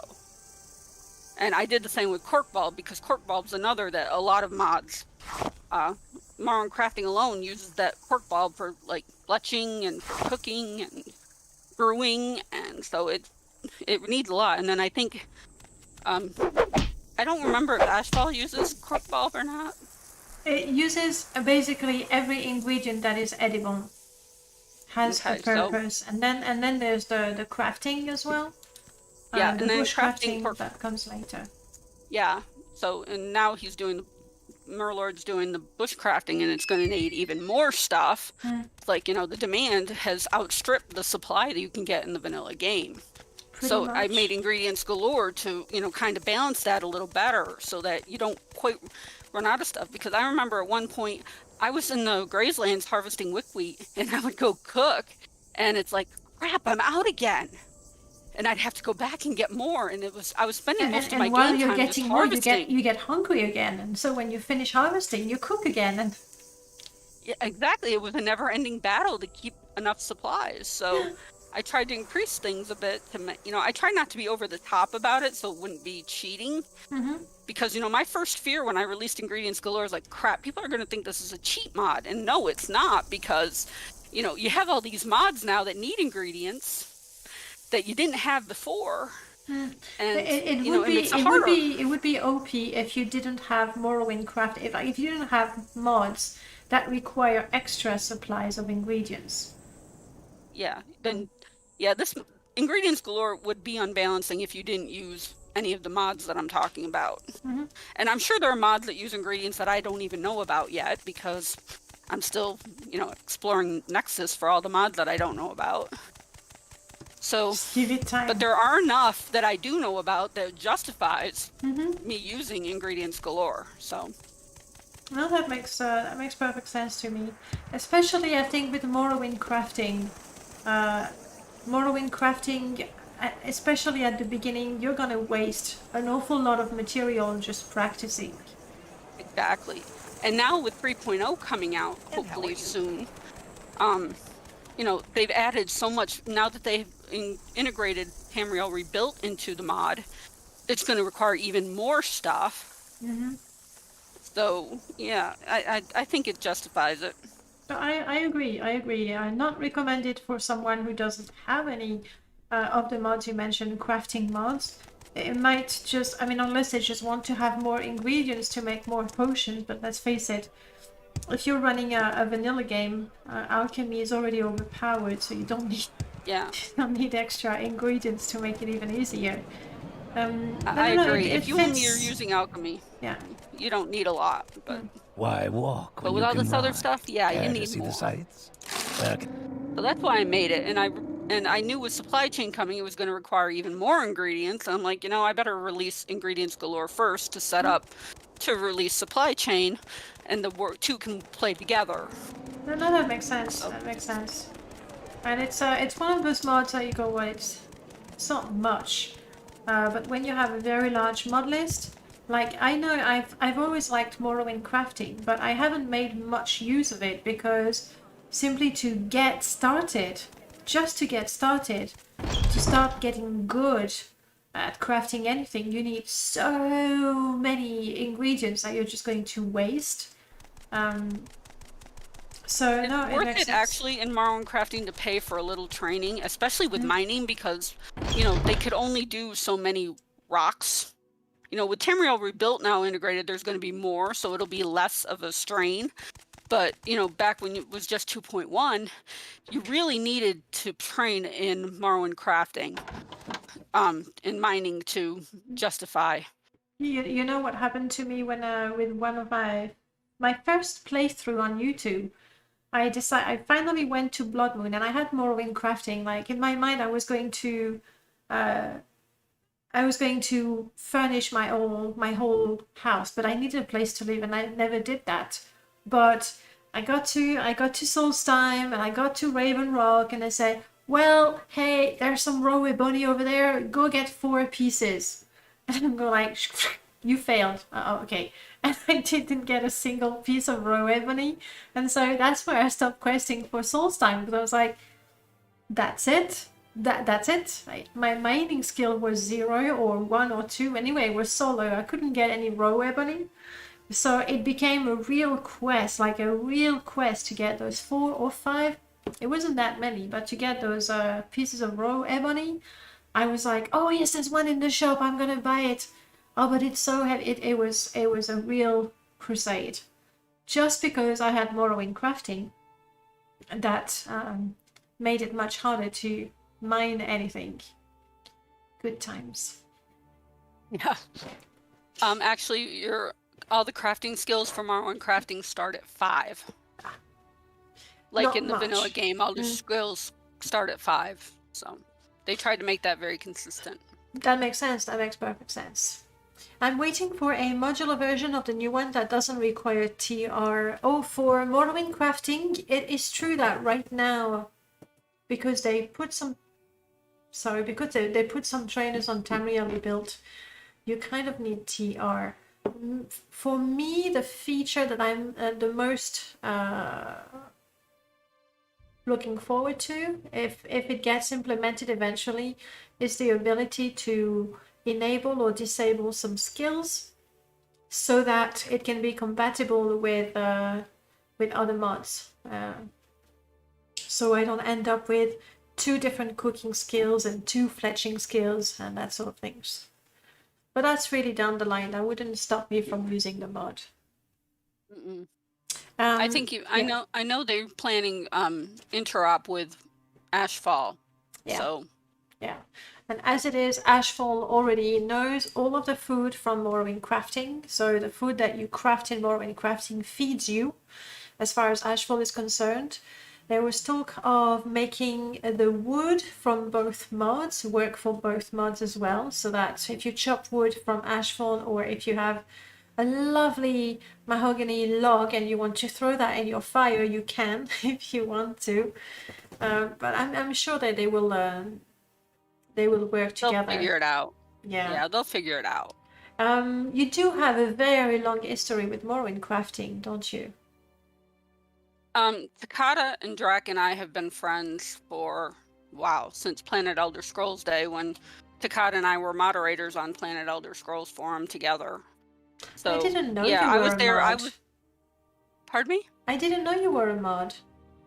Yeah, yeah, I was. That was a long time ago. I've slept since then. But Good. yeah, I was Good news. moderator there for quite a while until, IGN shut Planet Elder Scrolls forums down. Don't even get me started on that because I will start swearing. I'm still bitter. You cannot. You will shock people in the chat, and they will leave. Because No, I don't never leave. swear. It's the occasional. I don't either. It's occasionally. I but swear when I'm rarely. in pain. That's about it. Well, I'm sorry, but losing the forums, that was painful, and losing It really Planet was. Elder Scrolls. It hurt devilish. to lose those. I mean, Planet Elder Scrolls Forum had such a big history. It was the Morrowind Summit first. Mhm. And then it became Planet Elder Scrolls. And, when they shut that down and went to the crap forums they have now, so many of us, not just moderators, but there were so many even regular users who were really grieved about it because, it had such a history and it was so, it was such a great community most of the time. And it was a real loss. And I was bitter, over it for a long time. There was home, like there would be only a couple of websites that I visited daily or multiple times a day, and that was Planet Elder Scrolls and Bethesda Forum. Yep, those were the 2 that I visited That's the it. most too. Yeah, like the Nexus So- was already existed at the time, but it was like Mhm. pitiful. There was nothing of interest. Like the good stuff was happening on Planet Elder Scrolls, and then the forum where you could actually find out about the mods in progress, making a new whip thread on the forum. I really enjoy that. I really, really enjoy did too. that. I miss forums a lot, and I tried to maintain a forum for a while, but by then Discord was taking hold, and nobody wanted to use a forum anymore because they had Discord, and of course social media, your Facebook and Twitter and all that took over, and forums kind of fell by the wayside, and I really miss that. I miss it as well. Nobody cares what I think, so Just let it out. Let it out. Yeah. But I do, Discord is great, and it's very much something of our time in the way that it's instant. But there was something about the forum where, especially with the whip thread, where you would carefully craft, your OP, your opening message, and I don't know, there was something, because it was not.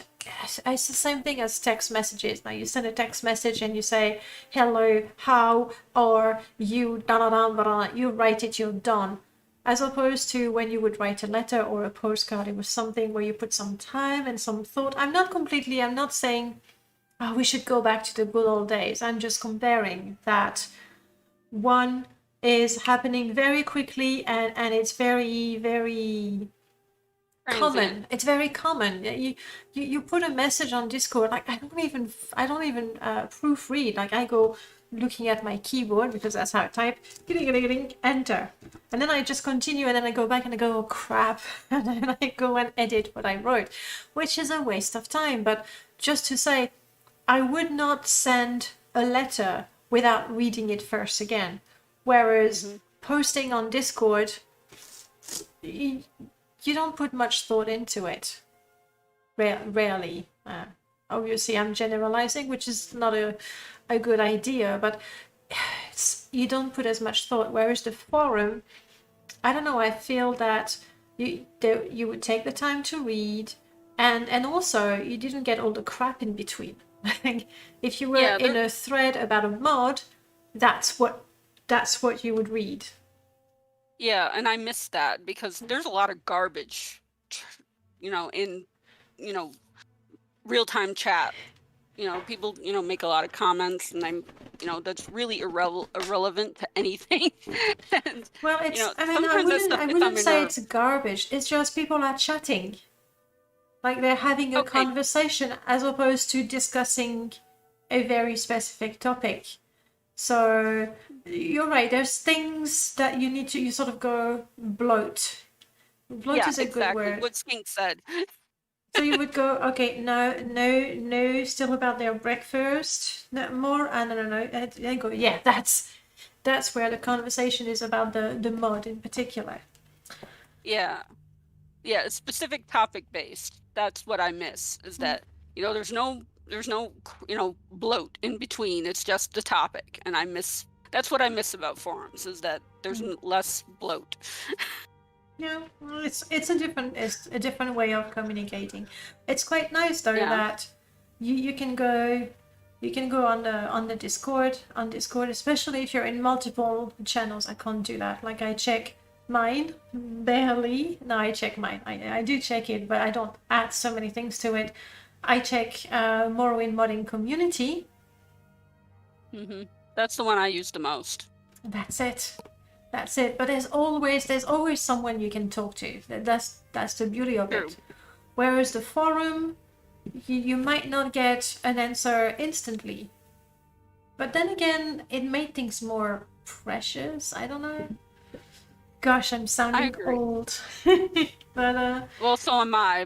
I'm not a spring chicken either. So, I mean, I think a lot of younger people nowadays prefer Discord over forums because they're less, formal, I guess, is the word I would use.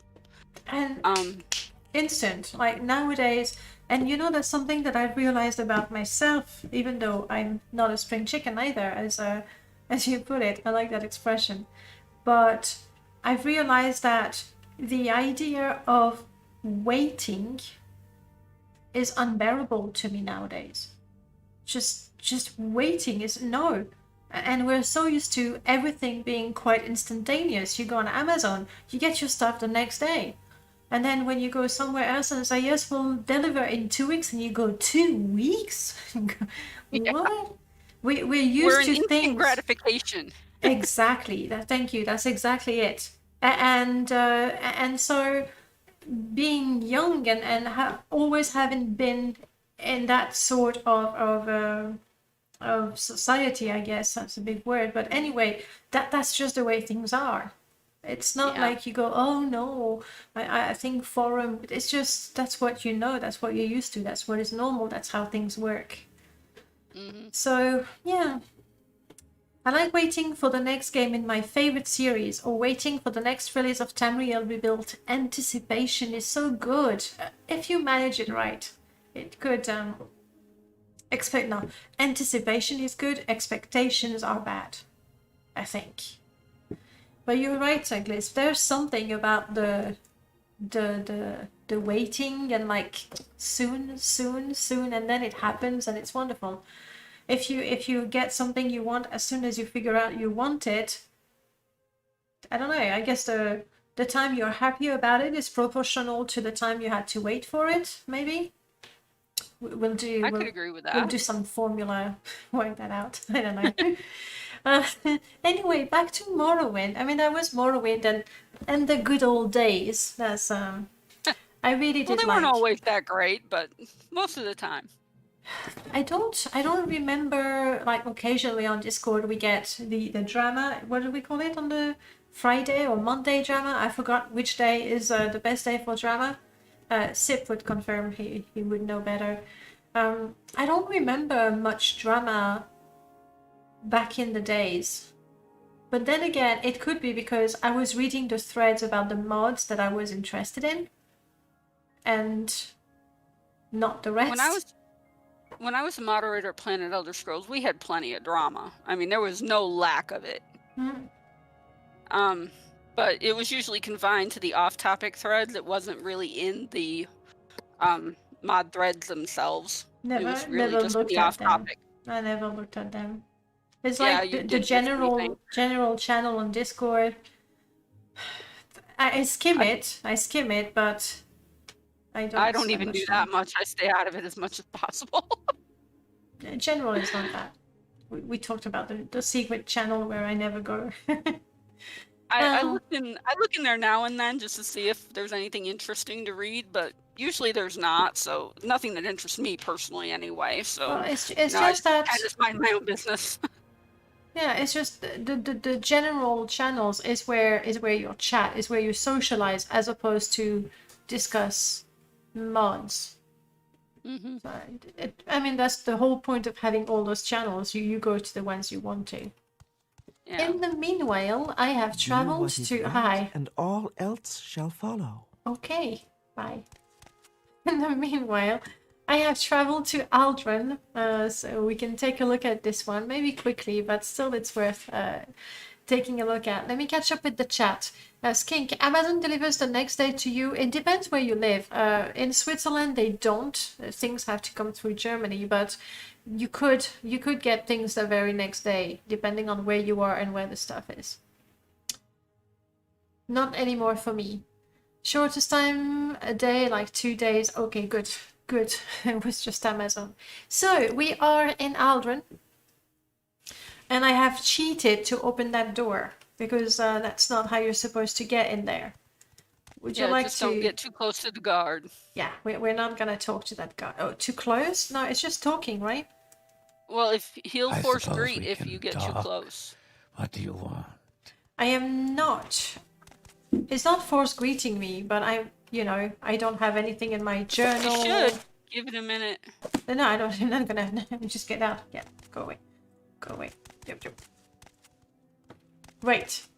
Where are we? He should have force greeted you. I wonder why he didn't. I'm gonna have to look into that. Let me write that down. It might be down in the conditions. My FPS is really good. Oh, because that's my showcase installed. So there's nothing in there but graphic replacers and the 2 or 3 mods we're looking at. So it's a lot better, obviously. Right, tell us where we are, please. Hold on, I'm still writing down. Are you still writing? Sure.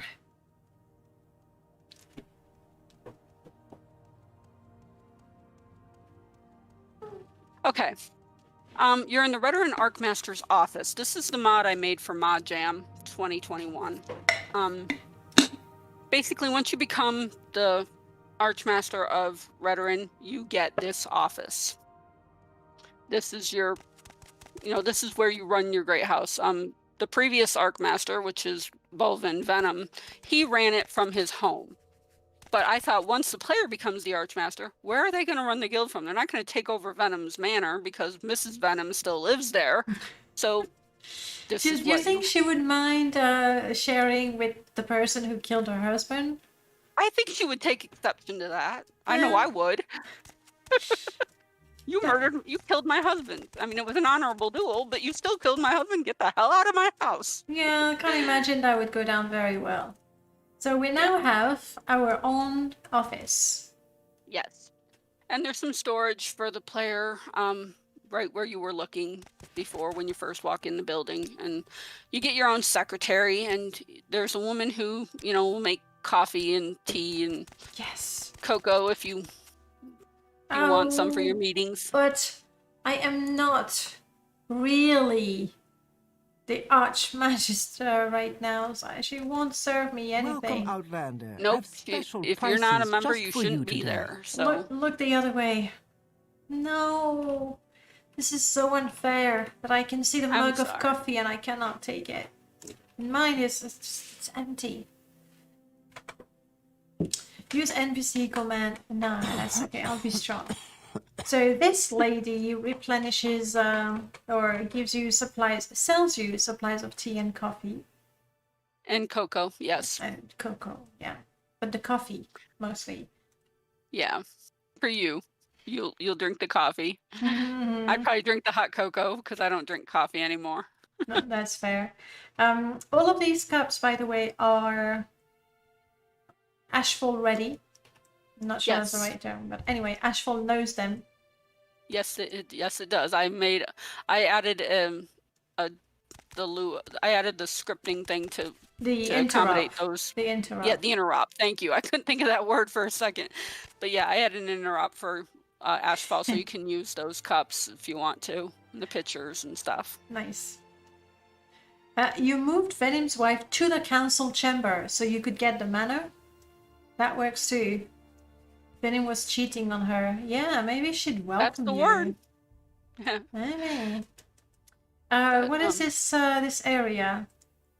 This is the Archmaster's desk, for lack of a better term. I had an actual desk in there, but then you couldn't see over it to see the people. So, and I love my books that I made for it. I thought, these are all the things that they would have to keep track of to run the Great House properly to keep it financially sound and all that. Welcome, So I friend. put a little thought into this and how to set up which books I would make, and they're very role-playing friendly. I think you can make up your own stuff. There So- are. Ideally, it would be nice to have information to add to them. That'd be lovely. Yes, but I didn't want to add any of that information because then that would limit what the player can role play. Agreed. And thank you so much for the follow. If I could... Armies of Light, welcome on in. Lovely to see you. This, And if you read the read, Yes? You will want to play Go ahead. Baldur's Gate, right? Sorry, go ahead. This fellow. And you were going to say, and if you read... if you read the README, there's a hint in there to extra storage somewhere in the mod. Which I'm not going to show. Yes, people please can- don't. Don't. Yeah, so you want to look around a little bit, and there's extra storage than what you can see, but you have to look for it. I'm not going to tell you where it is, so just a little. I am a little blessed to hint. be at your service, Outlander. But yeah, it was your idea to add the NPCs there. Like, it's nighttime, so this cleaner is in there sweeping, and of course you get a secretary. So, Doing... and I'm actually thinking about adding quests to this mod, and I'll use I'll use him to to add those instigate quests. all those. So I haven't started it yet, but I've been thinking about it. So It's gonna be dialogue heavy, isn't it? oh yeah, Yeah. and I'm kind of dreading that, and I'm kind of looking forward to it at the same time because who knows, maybe I'll learn something good. So Dialogues, yeah, there's a lot you can do, but it's the it's the dialogue. troubleshooting that's really annoying. Ugh. And Glisp, no, it's not a cupboard. The sofa. Don't let him figure it out for himself. Play the mod, figure it out. I'm not saying anything. Don't worry. And anyway, they don't listen to what I say. They're here for Morrowind, not for what I say. The sofa. They gave you quite a lot of work, didn't they? I would be Well, honored to nobody trade liked wares the with original you. sofas I had in there, and Vegito made me these sofas, and I can't pronounce it. Tewoloww or something like that. He made me. He gave me. Chillowow. Yes, thank you. Yeah, he gave me the texture. You have to say it without thinking. And then don't think. It's Okay. like a sneeze. Just let him out. Okay. Gotcha. But he gave me a better texture to use, and then of course you made it darker to match the To match furnishings, so- those, yeah. They look So good. They it- look inviting. I hope so.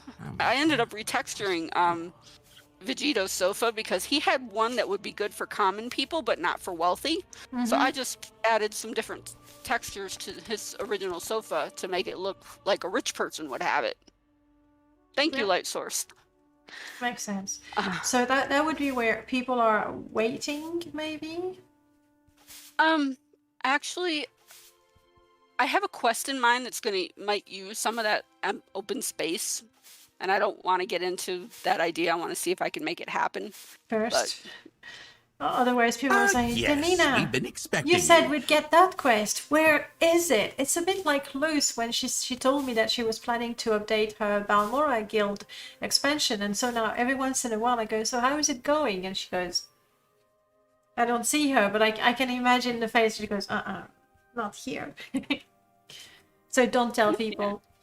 And thank you for the follow, Southbow Seth. Welcome on it. I would be honored to trade wares with you. Yeah, so I have some so I know there's a lot of open space in the mod, but you know, I like things to be roomy, and I think and if you look at other veteran architecture like the manors, they all have a lot of unused space in them. Exactly. So this kind of fits in with that pretty well. That makes sense. Makes sense. If you even if you look at their council hall, it's a Open big space of nothing. big empty, yeah. And I think that's got something to do with their walls, because you can't put anything with Honor to our okay, you can city, have a soldier. table, but you can't have much because of the shape of the wall. So Yeah, there's nothing straight about them. You can't even hang a decent tapestry on them because if you look at how the tapestries are placed, you know, they're kind of weird. Yeah. And I hate the veteran architecture because there are no straight walls. Yeah, like that. It looks ridiculous, I think. it's not fun to work with. But you like the No. faction. I love the faction, yes. I love the quests. I love the stories behind it. So, Speaking of stories, oh my god, she cannot see me. There's someone watching me. I think she cannot see me. I'm gonna risk it. Yes. Where did she go? It's nighttime, so it's only the that's cleaning. right. She's disabled. Duh. Exactly. Yeah. It's the cleaning lady, and she doesn't care. Apparently Okay, not. let's get out. Let's get out. Hey Becca, welcome on in. Redorun definitely needs an overhaul. Redorun needs I agree. better stories. Like, what would you say is the more important? Is it an overhaul of the cities and the architectures? Or is it an overhaul of the quest? Or both? I don't know. Are you asking me that or the chat? But everyone. I'm asking okay. everyone, hoping someone will answer. But yes, you tell. I mean, if you have an opinion on the matter. Questline for Glisp. I think the quests that exist are fine. I think there just needs to be more of them, especially once the player becomes the Archmaster. I'd like to see something on. Sorry. That's okay. I think there needs to be something on par with Welcome, friend. what Speakerstar did. Uviric Legacy. Yeah, and also with Rise of House Helvani. I'd like to see something like that, and maybe not exactly the same, but something for the Archmaster to do once they reach that rank. Because really, the game ends once you become the head of a guild in that respect. But that's the Unless you're doing problem the with main every quest. faction, really.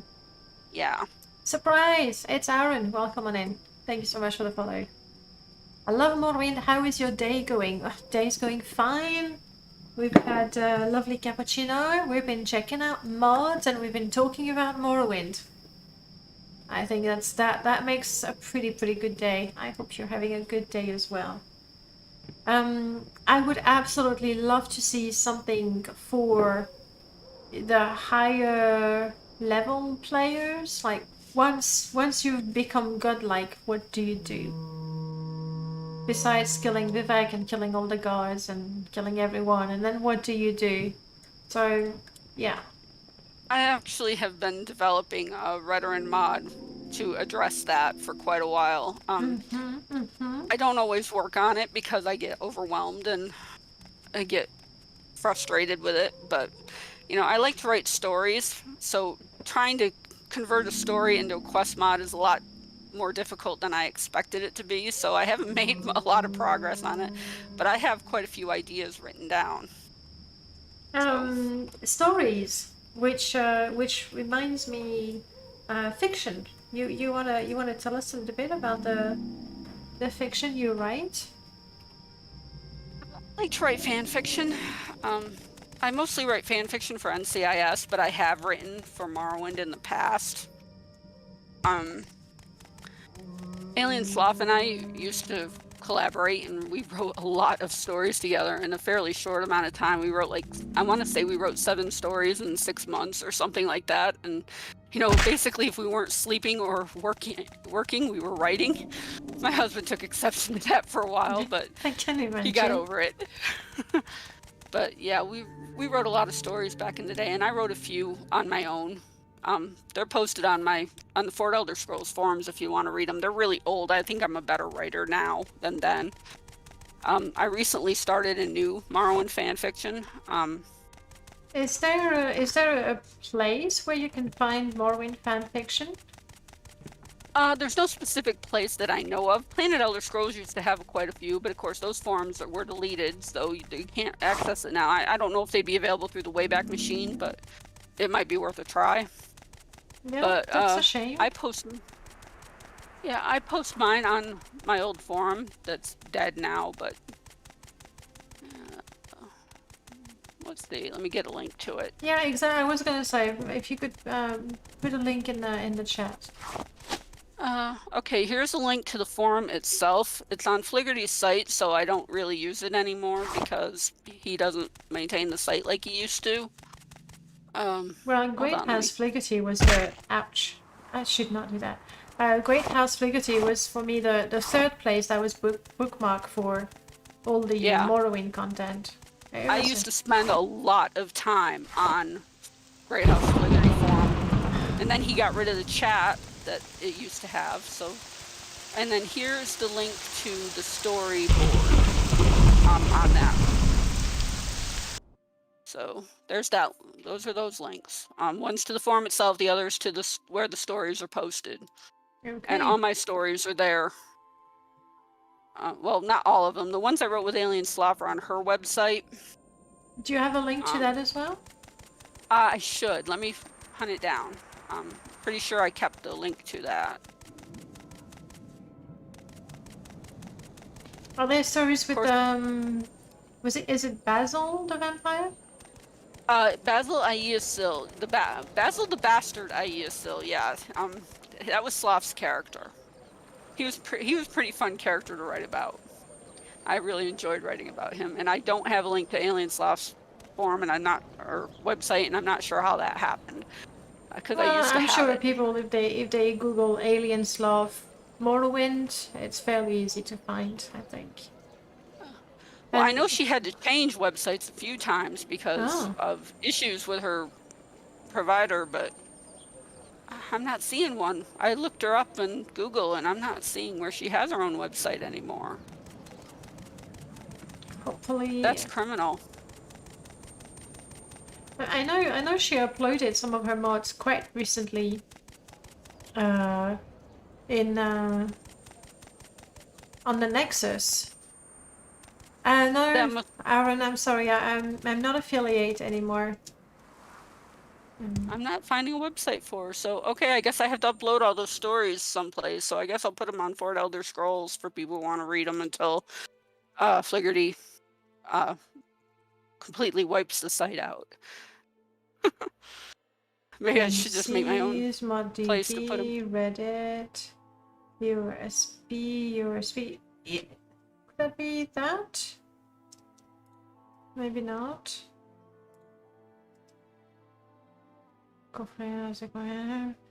Wolf Floor, that used to be quite a place. I don't think it's as active anymore. It was Jacques and Elora's forums. But yeah, I'm not seeing it either. Yeah, I'm not getting any results for her own. So I guess I have our combined stories on my hard drive. I'll upload them somewhere in case anybody wants to read them. I don't think they're very good compared to what I can do now. But Are you you know, they were fun to write back in the day. Are you writing any now? I have a story that I've recently started that I've been working on. I'm not very far into it. I think I'm like on chapter 3, but I have been working on it. So, but right now with Modathon, I've been modding more, so I haven't been writing as much. So, but I have the beginning. I know how it's gonna end. I just have to work out the middle. The bits in the middle. So I mean, I know I imagine it's a complicated process, but how do you write a story? So, and try to make your answer under 10 sentences. No, but I don't know, genuinely, is there how? Basically, when I get inspired by the game itself, I will take something from canon and, you know, turn it, you know, expand on it, I guess you could say, and make a story out of it. So I don't really know how to say how I do. I just, you know, a lot of times I'm really good with dialogue most of the time. Mm-hmm. So, you know, I'll just think of something that a character will say and I will build on that. And next thing I know, I've written, you know, 20,000 words. So it starts with something from the game that then inspires you to usually. develop that. Yeah, usually. Like the previous fan fiction I've written that's posted on Fort Elder Scrolls, you know, that was all stuff I took directly from the game and just built on it. So, yeah, that's kind of how I write my own fan fiction. I like to take something that's familiar that everyone will know and then just turn it into, and then just say what if and run with it. So sounds good. Looking forward to reading some of those stories. I'm guessing now, when you do have a story, the best place to share would be Discord. Yeah, I would share it on I would probably post it on like AO3 or fanfiction.net. Mm-hmm. Yeah. And then just post a link to it in the Discord. And if anybody wants to read it, great. If not, you know, I'll never know the difference. So, but yeah, if you like to read fan fiction, Especially based on Morrowind, it's like it's the best you can get. Prof, you checked, and the link is dead. Okay, so there's a reason why we couldn't find Alien Slough's page. It doesn't seem to be accessible anymore. I didn't know that, so that's too bad. But yeah, I'll find some place to upload those old stories, and people can still read them if they want to, if they like vampire stories. It's not like this was before Twilight and all those other vampire stories came out, so you know it's not the same as a lot of the crap vampire stuff that's out now. Yeah, I mean, I guess Twilight did a lot to make vampires reasonably uncool. Like you go, ugh. Yeah, ugh. That's all I have to say. Better love story than Twilight. Probably somewhere out there without looking too hard would find it. For sure. It was slothslayer.co.uk. Okay, yeah, but it's gone. That was the site. It's gone. That's a bummer. Very much. Mod question. Is there a mod that you're particularly looking forward to? Not so much a mod, but a part of a mod. I'm really looking forward to Murlord adding to Ashfall, being able to cook inside. That's the one thing I'm really, really, really looking forward to. I mean, it's not impossible. You can place your fire indoors. Yes, but it's not as pretty. Yeah, it's not as. Yeah, it's just. To me, it's very unrealistic to have a campfire inside, because the smoke's gonna make you want to leave. Yes. if you can manage. Yeah. Hopefully the windows are open so you have time to get out.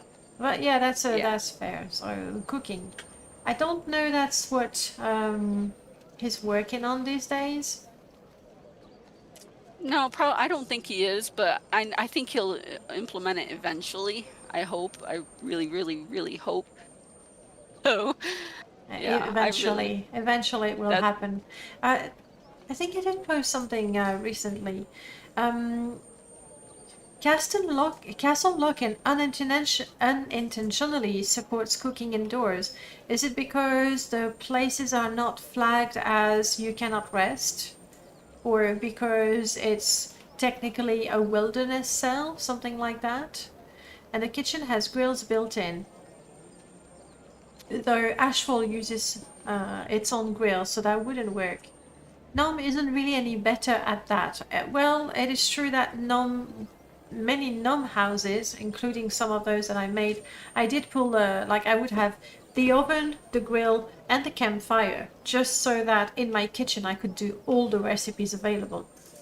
So not necessarily very realistic, yeah. We do have the Yeah, I oven really like though. having that element of realism. So to make a campfire inside doesn't work for me. Yeah. Especially when, I mean, you could have the grill and it wouldn't look too bad because, you know, there's the bottom part of it and then there's the grill on top and you, like, it could be mostly camouflaged that you mostly see the grill. You don't have to have the support that really make it look like a campfire. But yes, that's definitely an update that I'm looking forward to as well. Yeah, Then that's what again. I'm looking forward to most. As far as other mods I'm looking forward to, I'm actually looking forward to Vampire. I never wanted to play a vampire character before, but after reading what, you know, Operator Jack is doing with that, I think that would be be fun to try out. So, yeah, I'm looking forward to that as well. And also the tavern mods that people have been working on, I'm looking forward to seeing what's coming out next. So, my favorite thing about taverns, and that goes with Ashfall, is the fact that you can buy a cushion and you carry your cushion with you, and any spot you see, you go, I want to sit there, and you plop your cushion there and you sit there. So you can sit in the tavern. It's a bring your own cushion sort of thing, but you can now actually sit, have a pint of whatever your favorite alcohol is. So that's very nice. You mentioning cushions made me think about Pillow Mage Manor. That Superstar and I worked on. That mod sells a lot of cushions, so that could be kind of fun to use with Ashfall as well if you want to. I don't know. I think that the Ashfall cushions, I think eventually Merlord is going to have an interrupt for cushions as well. Because right now I want show me the pretty. There we go. That looks like a lovely place for a cup of tea. Oh, that looks very nice. Oh, I know this.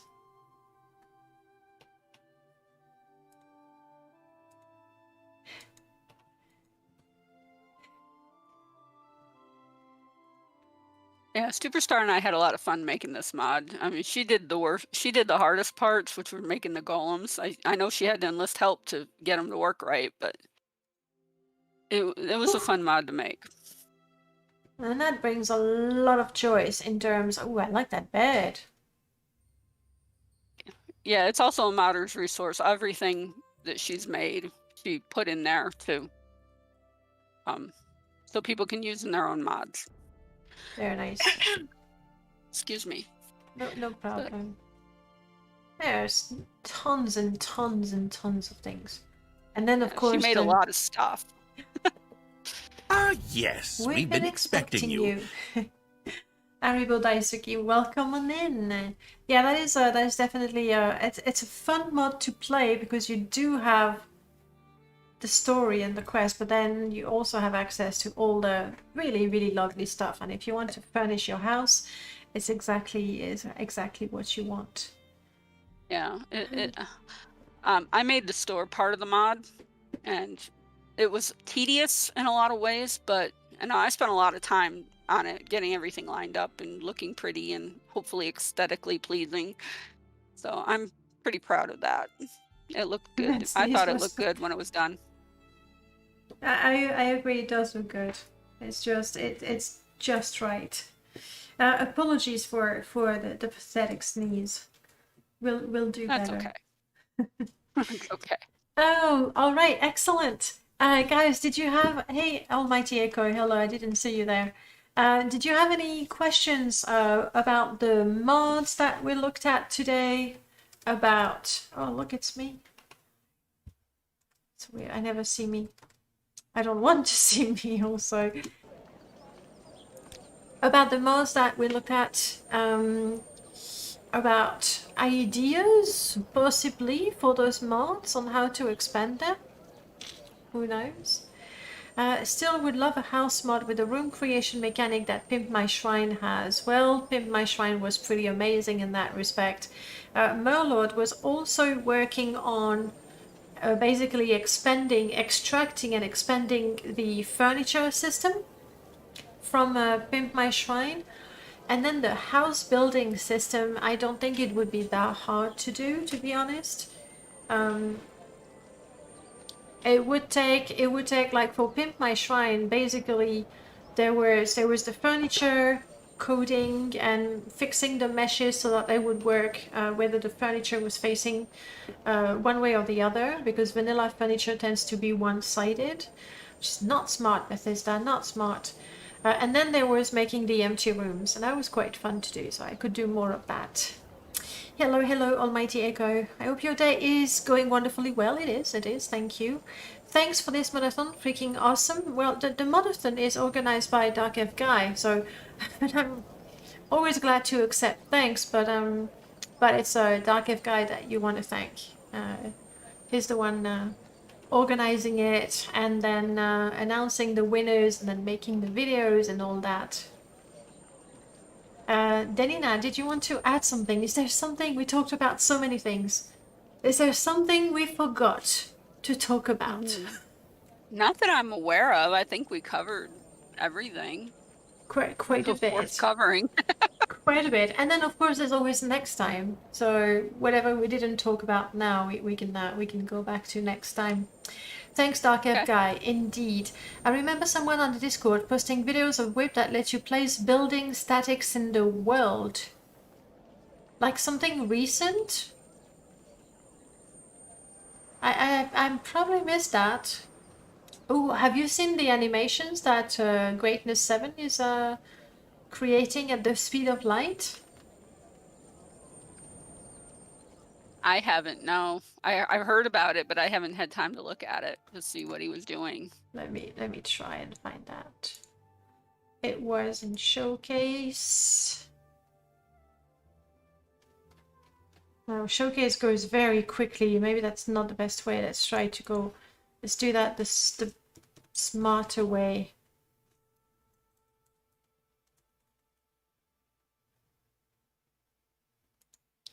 Not Asheville. I can never use that properly. There we go. In Showcases.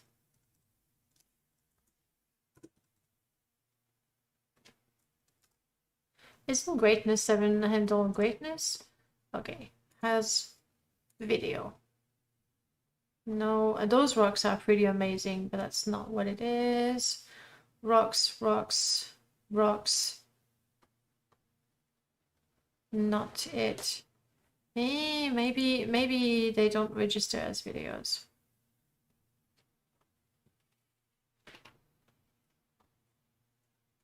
There we go.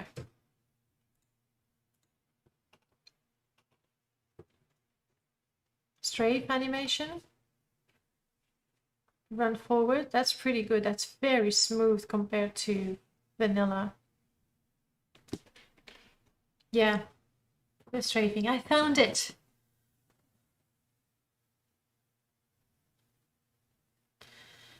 So apparently now he's got the tools to import existing skeletons and animation into Morrowind fairly easily.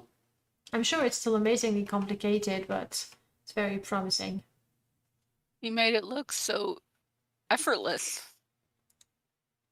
And I can't remember if that was the first one, because then there were a few. I think that was maybe the first one. Let's try to go not so fast. Maybe that's the last one.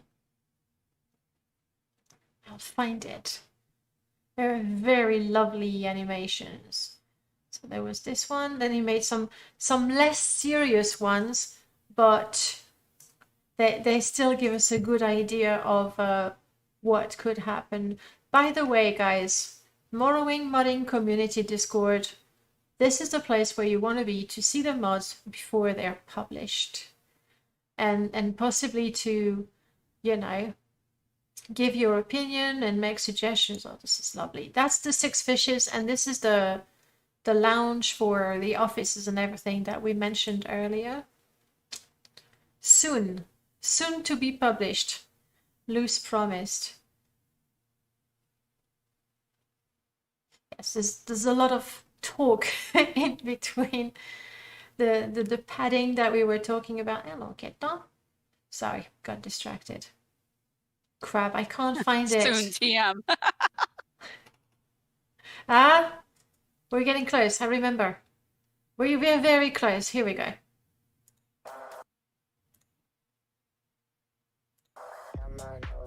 Yeah, ship posting was the term I was looking for earlier. There's just way too much of that.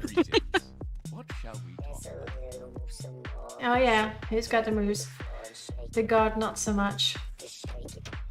That's right. Oh yeah, I've seen this video. I'm looking forward to having all that. That's very Now, cool. it's not that I really want the funky dancing in my game. It's a bit too in the, wow, a little bit too much in the meme culture for me, and I don't quite. However, Nice to see you. like, It's amusing to watch. it's funny to watch. It's definitely funny to watch, and it shows the how not easy. It's not how much easier it will be, hopefully, to include animations. So it's very cool. I think there was another one. Yes. With the build up, the music building up. Yeah, I like the narrator in there. Oh yeah. Give us the shimmy. Ah, yeah, you can do it. Kaya's story is totally like too much skooma. But the narrator I'm thinking the same thing. the narrator Too like much is like on point. So yes, animations, that's super exciting. I think we can expect there was some, I mean, that's funny. That's just funny to see. If I scroll up, I know for a fact, I think this is it. Hopefully. And there are things that are a lot more. Are you not? You're not playing properly. Just when I am interested in showing you. Try again. So let's say I go here and I go back there. Will you work? And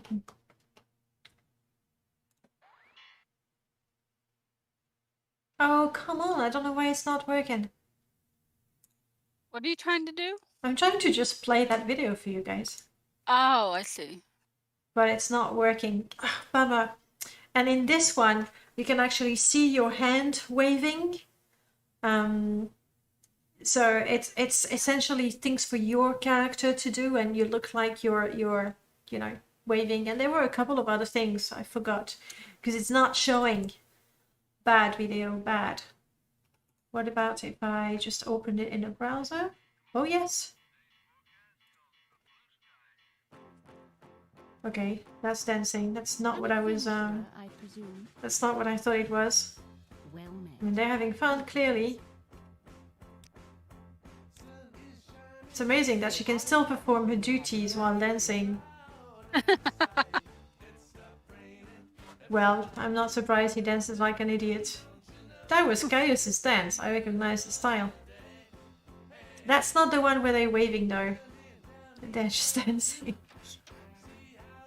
May I help you, Outlander? May I see you, Outlander? No, may I help you? Talking Yes. in rhythm, it was like... Okay, that's... I mean, it's funny to watch, but that's the sort of thing, sure, you have it in your game, and And how are you? I'm good. I was like, I'm digging it. That's not the one I wanted.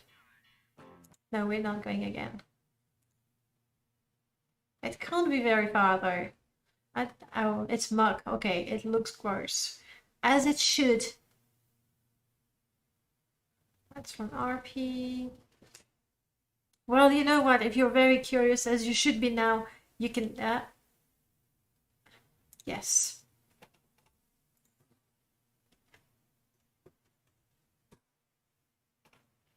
Hey, Danae, I need to take a little break. No problem. No problem. Okay, I'll be back. We'll be here.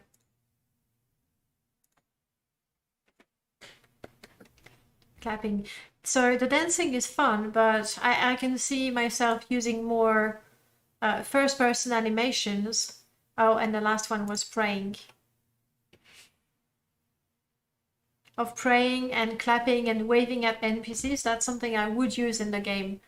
Whereas the dancing, sure, I would make Caius dance once or twice because it's fun, but I don't know that I would integrate that into my game all that much. You'd use the dancing mainly to celebrate. Yeah, a little celebration dance would definitely work. Resist the urge of the notification. I did it. It's so hard. That's yet another thing we're conditioned to do, right? You see a notification, you just gotta check it. It could be important, it could be a like.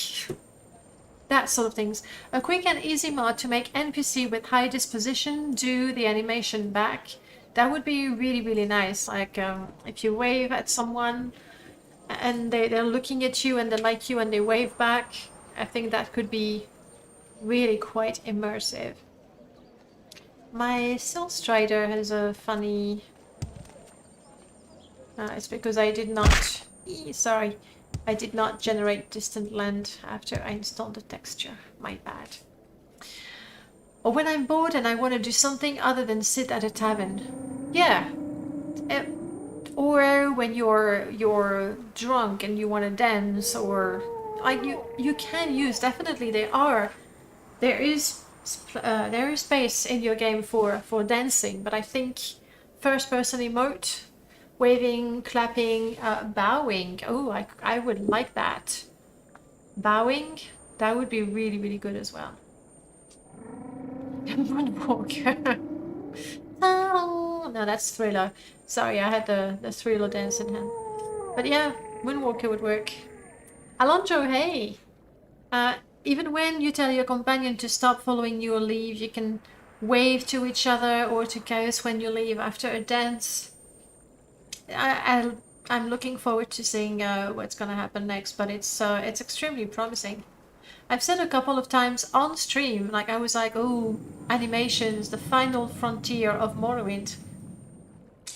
Maybe not. Maybe not anymore.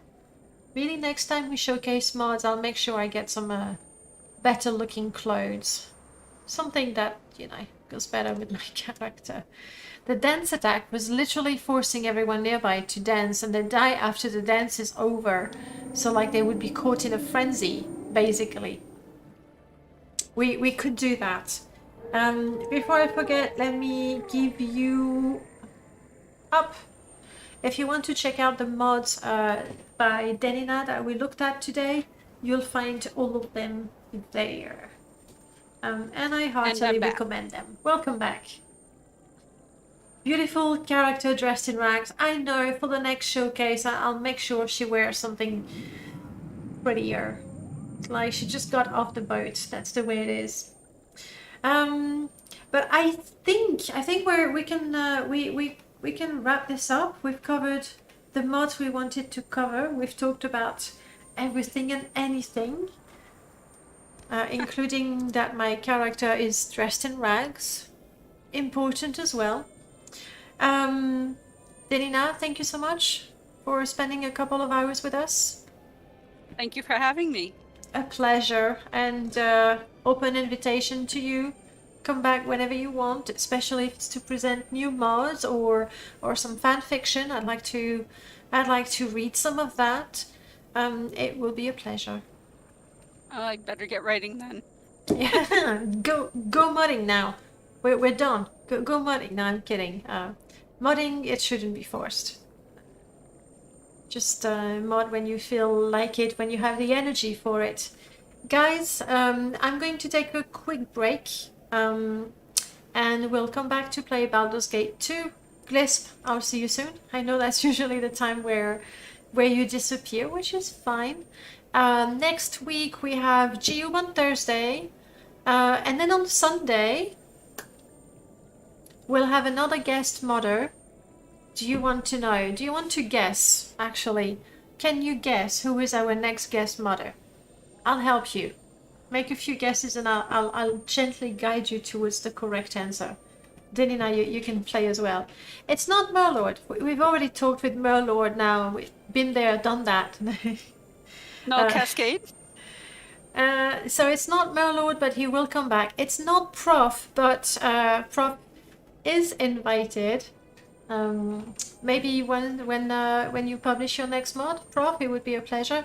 Greatness doesn't have a microphone, so we'll have to organize a GoFund something. It's not no either. Okay, let me help you. It is a modder, pure modder that works with a construction set primarily. Tell Shadow? No, it's a guy. Del Shadow is a girl. Okay. It's not Gavrilo. Gavrilo is all about dialogue, and that modder is all about building stuff, interiors and exteriors. Emma, oh, that would be absolutely lovely, but I would have to reach out to her and see if she wants to come back. Ding, ding, ding. Lucifer, you're right. It's random pow. So my mission for next week is to install beautiful cities of Morrowind, so that on Sunday we can take a tour with Random Pal, and he'll tell us everything about possibly the biggest mod of 2020, I think. I haven't looked at the downloads, but for a pure construction set mod, it might be the biggest mod of 2020, I would say. I think it might be the biggest mod, period. It's true, like it's the compilation of, and it's not just a compilation, it's not like he took 100 mods, loaded them, hit merge, there you go people. It was a lot more work than that, but he will tell you everything about it next week. If we're counting the number of patches, yes, the mods included, the patches, I think we're well over 100 mods right there. Definitely the biggest. So now you know what's happening next week, so better come with the tea, coffee. It's gonna be quite a long talk, I suspect. I'll see you very soon, Denina. All right. Thank you for having me. Really my pleasure. Anytime. 5-minute break, not even 5 minutes, 3-minute break. I'm gonna let you play Jenga, and we will be back with Baldur's Gate 2 if you're still around. Love to see you then. Let's play Jenga. If I could find it. Here we go.